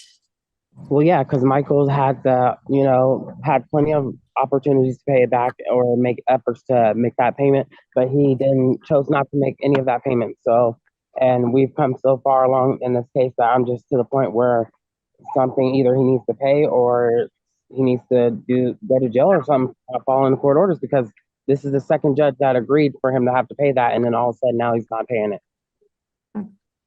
Okay, Mr. Swenson, go ahead. Thank you, Your Honor. For the record, Stephen Swenson from Michael Teft. As Ms. Morris Teft pointed out, there was a judgment granted in this decree of dissolution in April of this year. But Mr. Teft has been unhoused for a year now. He's living in his car when that judgment was granted. Ms. Alonzo Teft has a judgment against him, which is accruing interest, but he is unable to pay it. Contempt is for those who are willfully disobeying an order. We also have due process protections in the Constitution that protect us from the debtor's prison. Mr. Teft was living out of his car in June of this year when the contempt for jail time was ordered against him. He was not represented at the time. which I believe was a procedural oversight, and he served 5 days in jail already. Ms. Teft was awarded his Jeep, which was not part of the original divorce petition because he didn't own it until after they separated. There's allegations that she slashed his tires while he was living in his car, and that she poured sugar in his tank. He lost his job while he was serving in jail. He receives $417 of ABD each month, and he currently has $150 to his name, no bank account, no car, and he lives in Hope Village. So he can't pay, he can't squeeze blood from a stone. If he ever does get money, she has a judgment against him, she can go after him, but currently he has nothing. So he begs the court not to find him in contempt and throw him back in jail. Your Honor, if I may, Go ahead. Michael, when we got the divorce signed, Michael was working as he told you before, and he could have paid, and he did have a car. He had the Chevy and I had the Jeep. This allegation, I think that's just some BS that he's trying to use his way of trying to get out of this, just like he tried to use his mental illness to get out of the whole spousal support, which worked in his favor. And to be honest, he stole that money. I have showed proof that he took the money got deposited in his account. I feel like he's trying to say, oh, he's homeless, and say he can't pay it, but when he had an opportunity to pay payments, I tried to work with Michael. Michael chose not to do none of that. So I feel like this is just an excuse for him to try to get out of not having to pay anything. He's already got out of the spousal support. I feel like he shouldn't be able to get out of this because I've showed actual proof that holds the 7,000 it was. I showed the proof that when he also had a protection order on me, then kicked me out the house when I was on the street, and he got that money and didn't care about me being on the street, not having nowhere to go or any of that. And then all of a sudden now he wants to try to say, oh, I'm homeless, I can't pay for anything. But yeah, he's getting money. He's going to the casino. I've been getting his little casino stuff to the house that's been coming to our address or where he used to stay at. I've been telling him to change his address because I still get his mail. He's have bank cards. I have proof of bank cards that he has saying that he don't have an account. He does have a bank account. That's a lie right there. Lied again. All right, Ms. Teft, hold on. I've heard enough. Thank you. Here's what I'm going to do. And in being very familiar with this file and now having gotten up to speed on Judge Evans' ruling on the order to vacate, other obligations, but keeping in the obligation to pay $3,113 that was due within 30 days from when the court order was signed. I am going to find Mr. Teft in contempt of that obligation. The court was very specific that that's an obligation that remained. I do believe that the records show that he would have been able to pay it at the time that it was due. I understand his circumstances may have changed now, but I do believe that he was able to make that payment. I believe he still is able to make put together a payment plan for this money. The contempt I'm ordering is not jail time. I have specifically crossed out that request, and I have indicated jail time does not apply. I am granting contempt for the principal amount plus 12% interest. This contempt may be purged if Michael Teft makes a payment plan towards the repayment of that amount. And I'm going to give a review date of December 13th, 2023. So just about 30 days for a payment plan to be put together. Also, contempt can be purged, which means corrected, if he has proof that he paid it back previously, as he has suggested in multiple pleadings throughout this case. So under either scenario, we will review any payment plan or proof that it was paid back previously when we return on December 13th at 9 a.m. Also, Your Honor, if I may, Ms. Teft, hold on. Are there any questions about my ruling? Are you going to order a payment plan, or are you expecting us to negotiate one? I would like the parties to propose a payment plan. Ms. Teft, go ahead. I was going to say I can show proof that I did submit documents showing the date that he had got a protection order on me after he had me assaulted by his baby mama. And I have a printout of the bank record showing that the money fit to his bank account too as well. Yeah, so I'm not putting a burden on you, Ms. Teft, for new evidence. The judge already essentially sided with you that he believes that money is owed to you. What I am simply stating is Mr. Teft has two ways he can purge this contempt. He can make a reasonable payment plan with you and start making payments, albeit in small amounts, that's fine. Or proof that he paid that amount of money back. Okay. We'll see you all back December 13th at 9 a.m. Thank you all. Alonzo Morris Teft and Michael Teft. Cause number is I'm here. 223-500-08. And Ms. Morris Teft is here, and Mr. Swenson is here. Welcome each. We're on today for Ms. Morris Teft's motion for repayment of funds. So I'll turn the time to Ms. Morris Teft. Yes, Your Honor. This has been going on since April 14th, and Michael's been prolonging this. However, he's already got the spousal support vacated, but not only, I think two judges already had agreed for him to repay the refund payment of the stolen money, and I'm ready just to get this done and over with. I've tried to call and work with him to set up payments, and he still wants to ignore me and just not care. So I just want to get this motion started to where he just needs to get it paid in 30 days or go to jail, because he's not wanting to work with me at all or make payments whatsoever. Okay, and in particular, just so I'm making sure I'm understanding this more stuff, you're talking about the $3,113 that basically the tax monies, right? Correct. Yeah. Okay. All right. Thank you. Mr. Swenson. Thank you, Your Honor. For the record, Stephen Swenson for the respondent, Michael Renee Teft. This motion is basically asking for another order. As Your Honor is aware, you left the judgment for $3,113 valid in the divorce decree. So there's already an order for him to pay within 30 days.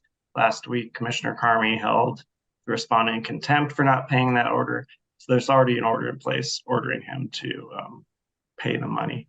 So I would state for the record that this would just be another order stating the same thing, and it would be duplicative and kind of pointless at this point. Mr. Well, Swenson. if I may, sorry. No, it's okay. We'll get to your question and comment. Mr. Swenson, yesterday you mentioned that Commissioner Carmi made a finding related to the non-payment. Is that correct? Correct. Last week on the 15th. Okay, last week. And I think it just came up on Odyssey yesterday. Okay. And the specific, was it a written order or was it just the notes? It was written order. Written order. Okay. Let me just take a quick look at that, because that may inform my next question, and then I'll definitely hear from you, Ms. Morris.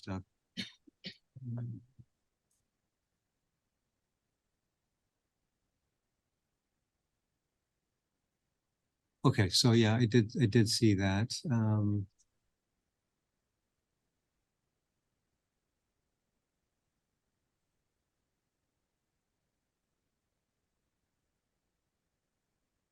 Okay, let's see then. She wanted us to work together to set up a payment plan, and I've tried to reach out to Michael plenty of times, but he wants to ignore me. He told his brother to tell me that I wasn't getting shit, excuse my language, but that's what his brother came and told me. And I've sent him text messages as well. And so I just don't see us being able to work a payment out, because he wants to be stubborn. Ms. Morris Simmons, can you email me? I've discussed a payment plan with my clients. If you could email me about that. Okay, so it looks like there's a purge provision within that order that Commissioner Carmi provided last week. It says that the contempt can be purged if he makes a payment towards the repayment that's past due, and also make a payment plan to pay the rest of the repayment money that's past due, or proof he paid it back previously. And then it would be reviewed, looks like sometime in December. All right, so Ms. Morris-Teft, I had asked a question, you were going to ask a question or make a statement, so I'll turn the time to you. I was just saying, after that, I did reach out before his attorney just said that he had a payment plan.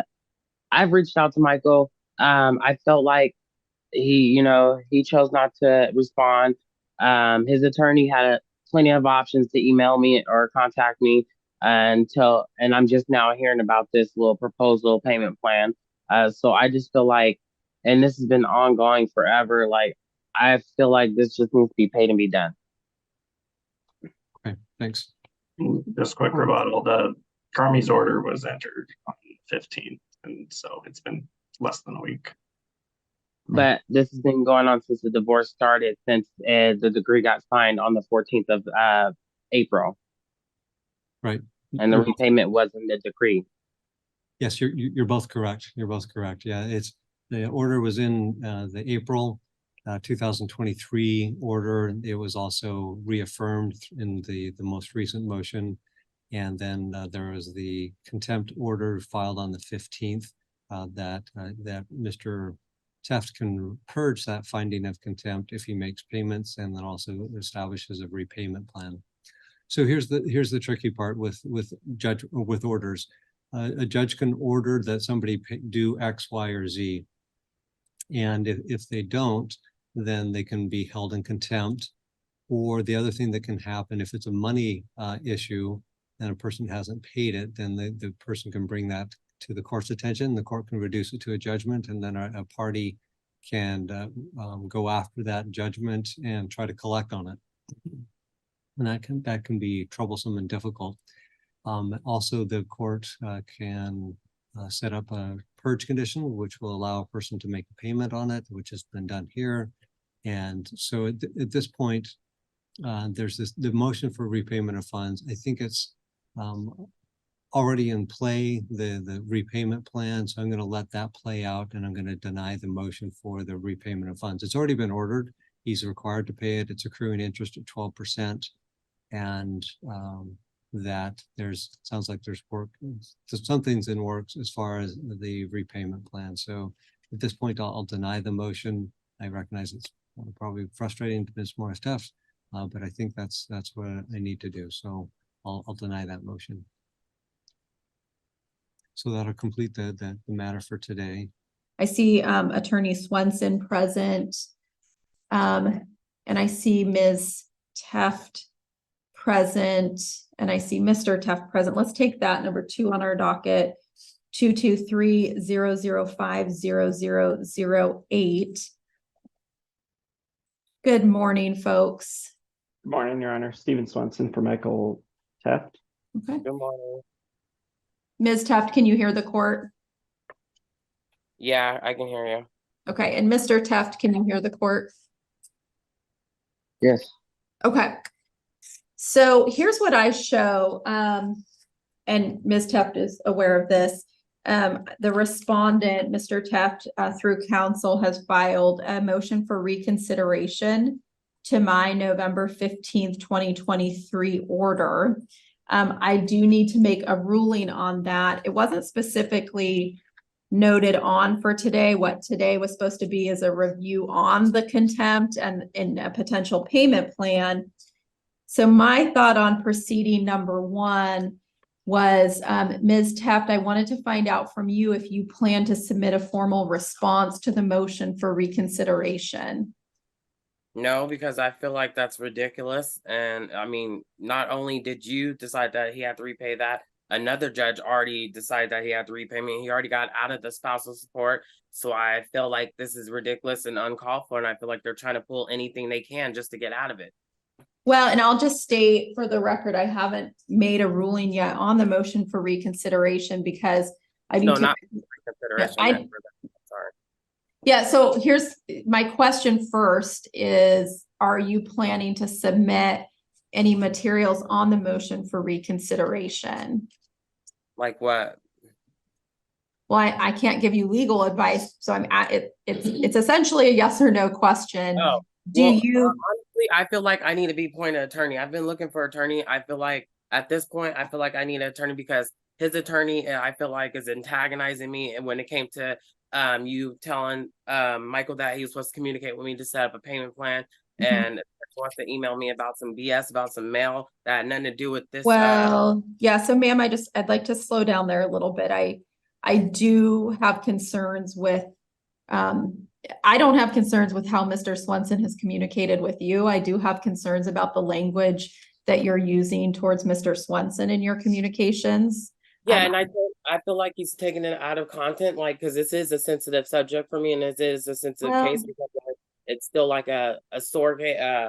Of course. So let's, Ms. Teft, I'm gonna slow down here.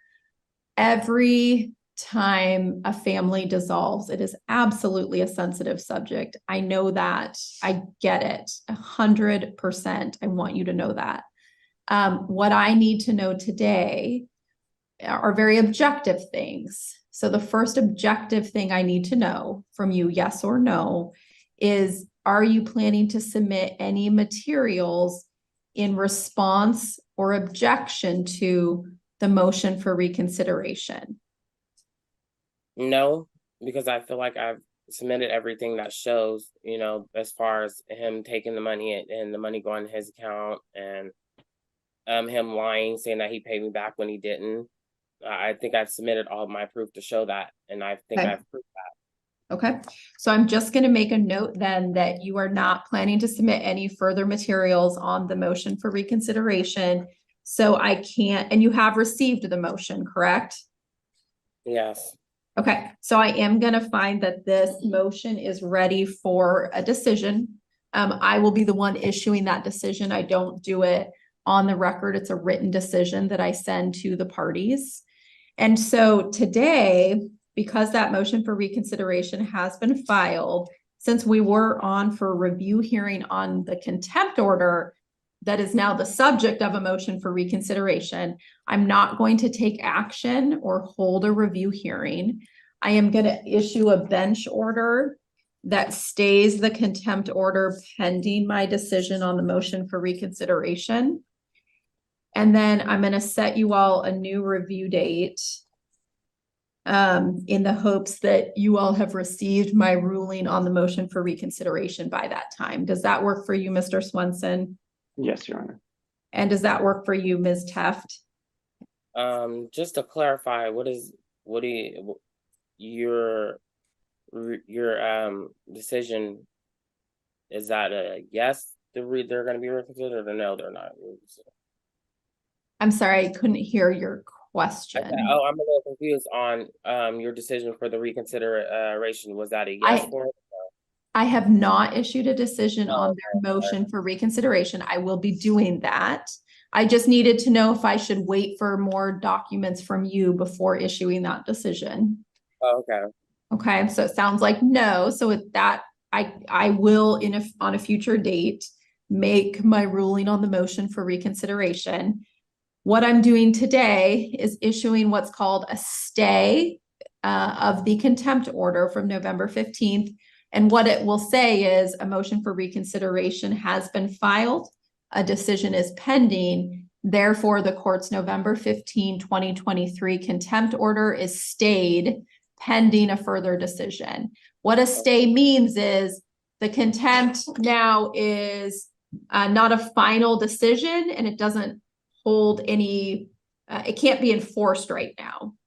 And then once I make my ruling on the motion for reconsideration, either we will put back into place the contempt order or it will be vacated.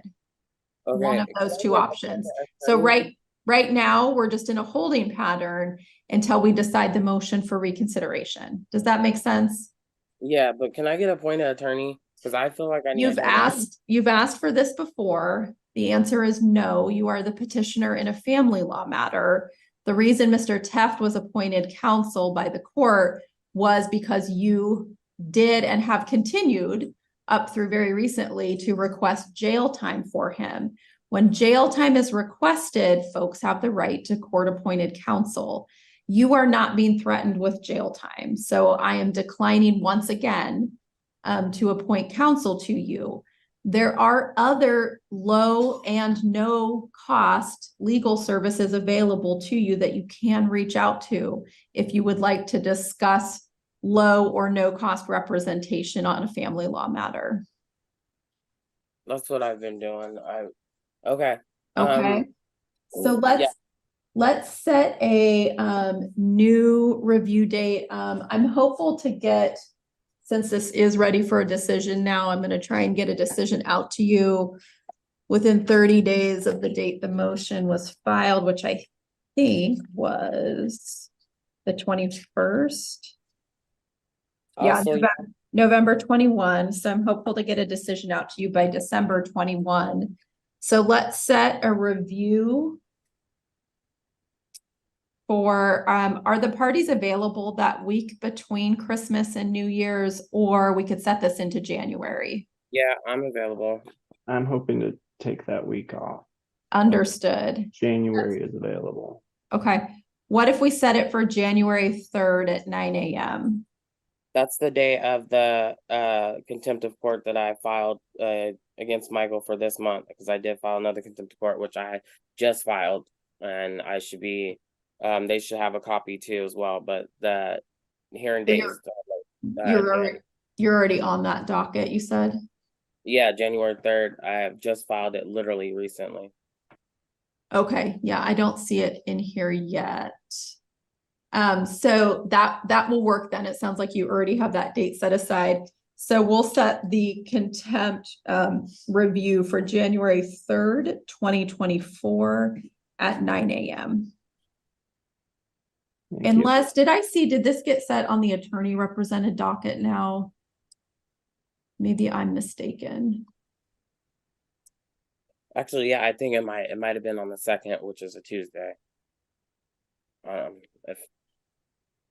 However, I just, I just feel like this has been going on for a whole year now. Like, do you know, Mr. Swenson, have we switched you over to the attorney represented docket, but for, well, let's do this. Well, it won't be me anyway.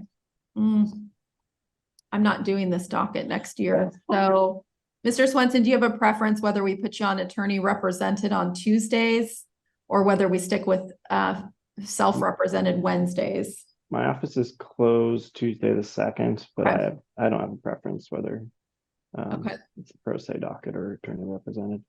Let's stick for now, since this is such a unique case, let's stick for January 3rd at 9 a.m. on the self-represented docket. Okay, Ms. Teft?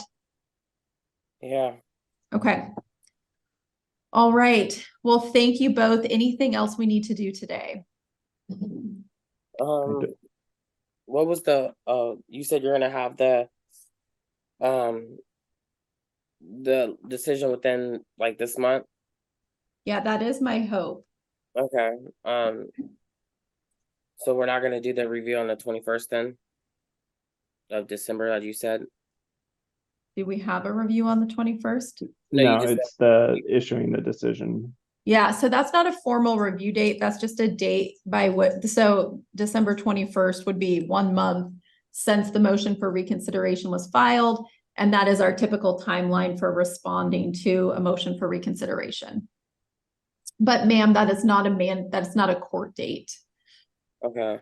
Okay. Well, at this point, I feel like I'm over this because this has been going on for a year. And I can't. This is too much stress on me.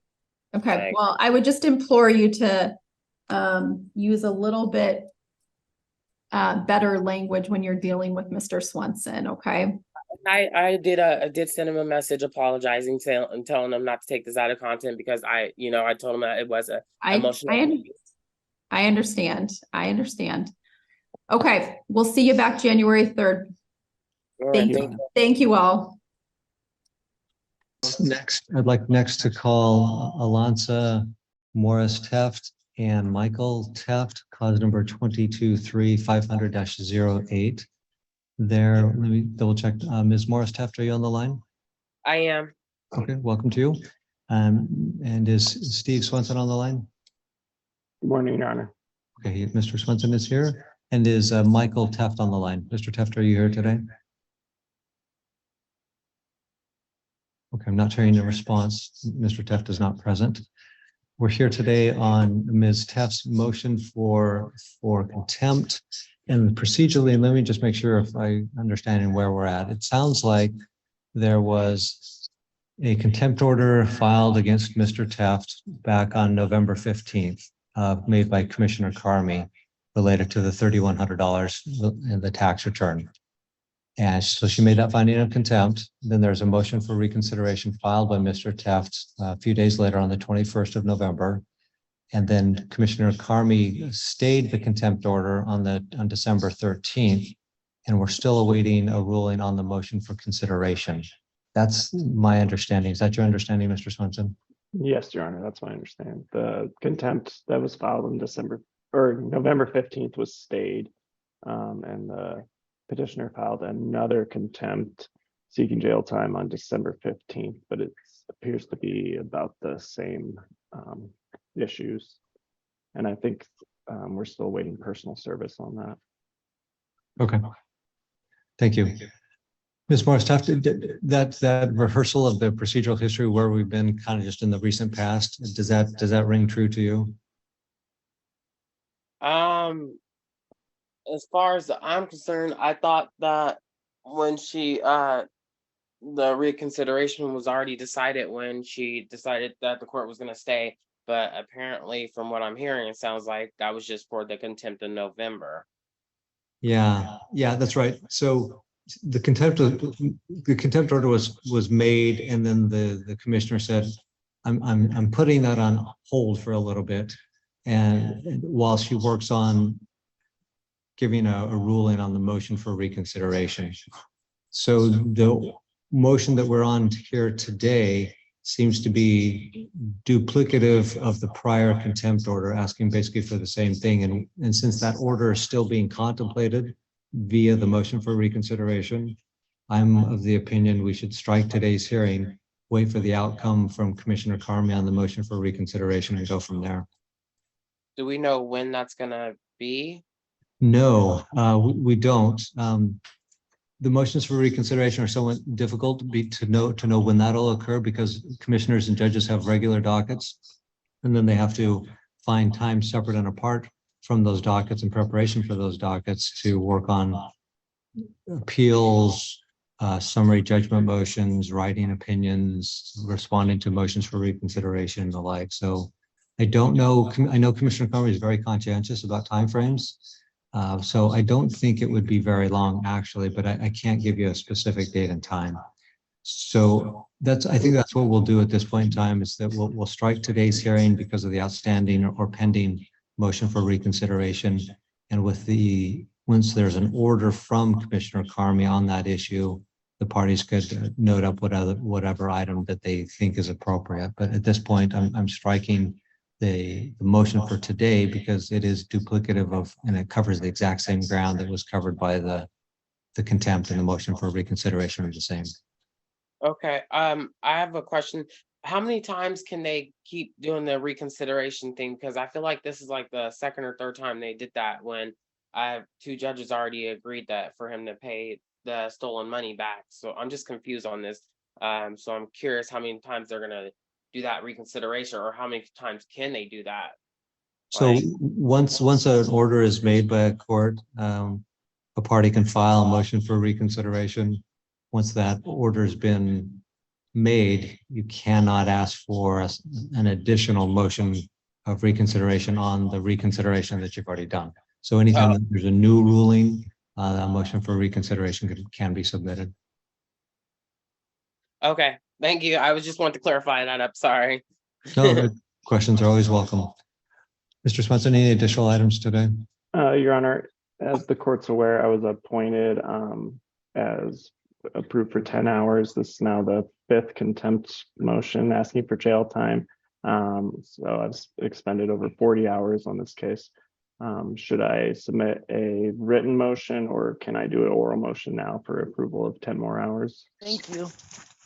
I think it would be helpful for the accounting department and the like to have a written order. So if you would be so kind to submit that, that would be appreciated. Okay, thank you, Your Honor. All right, thank you. All right, that'll conclude the hearing. Thank you. Oh, did you have a question, Ms. Morris? Yeah, I just want to say, I found an attorney that I'm gonna have represent me. How Okay. do I submit paperwork with her, or have her submit the paperwork? Okay. All right. Because We'll wait. Yeah. We'll wait for her input, and then whatever filing she addresses, we can take a look at. Okay, so right now we're just waiting for the decisions, and then once the decision, the reconsideration decision's made, then we'll go from there with as far as my attorney and all that. Yes. Okay, Okay. Thank you. thank you so much. Bye. Thank you. It's now been 12 months since they were last in court. I know Miss Morris Teft stated that she would be having a lawyer file more paperwork for her, but I assume that once she spoke with one, that they advised her that there was nothing else that the court could do for her once she had her judgment. Speaking of the stayed judgment, Commissioner Carmi issued her ruling several weeks later, and even though we don't get a decision on the record, we can see from Odyssey that the judgment was not vacated, but rather the stay was lifted, and the judgment is showing as active again, as well as accruing 12% interest. This is his only remaining financial obligation from their divorce, but I don't have very high hopes of her ever collecting on it.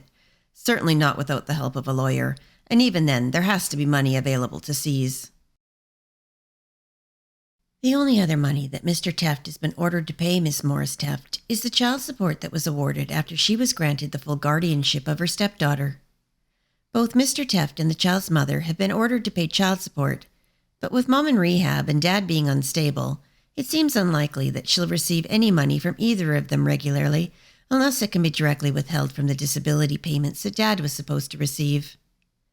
I don't know if she should have received any spousal support, but I do understand Miss Morris Teft's frustration at Dad's unreliability and unwillingness to support his child and to take care of her needs, and I'm grateful that his daughter has someone in her life who's looking out for her, because clearly her parents are unable or unwilling to do so.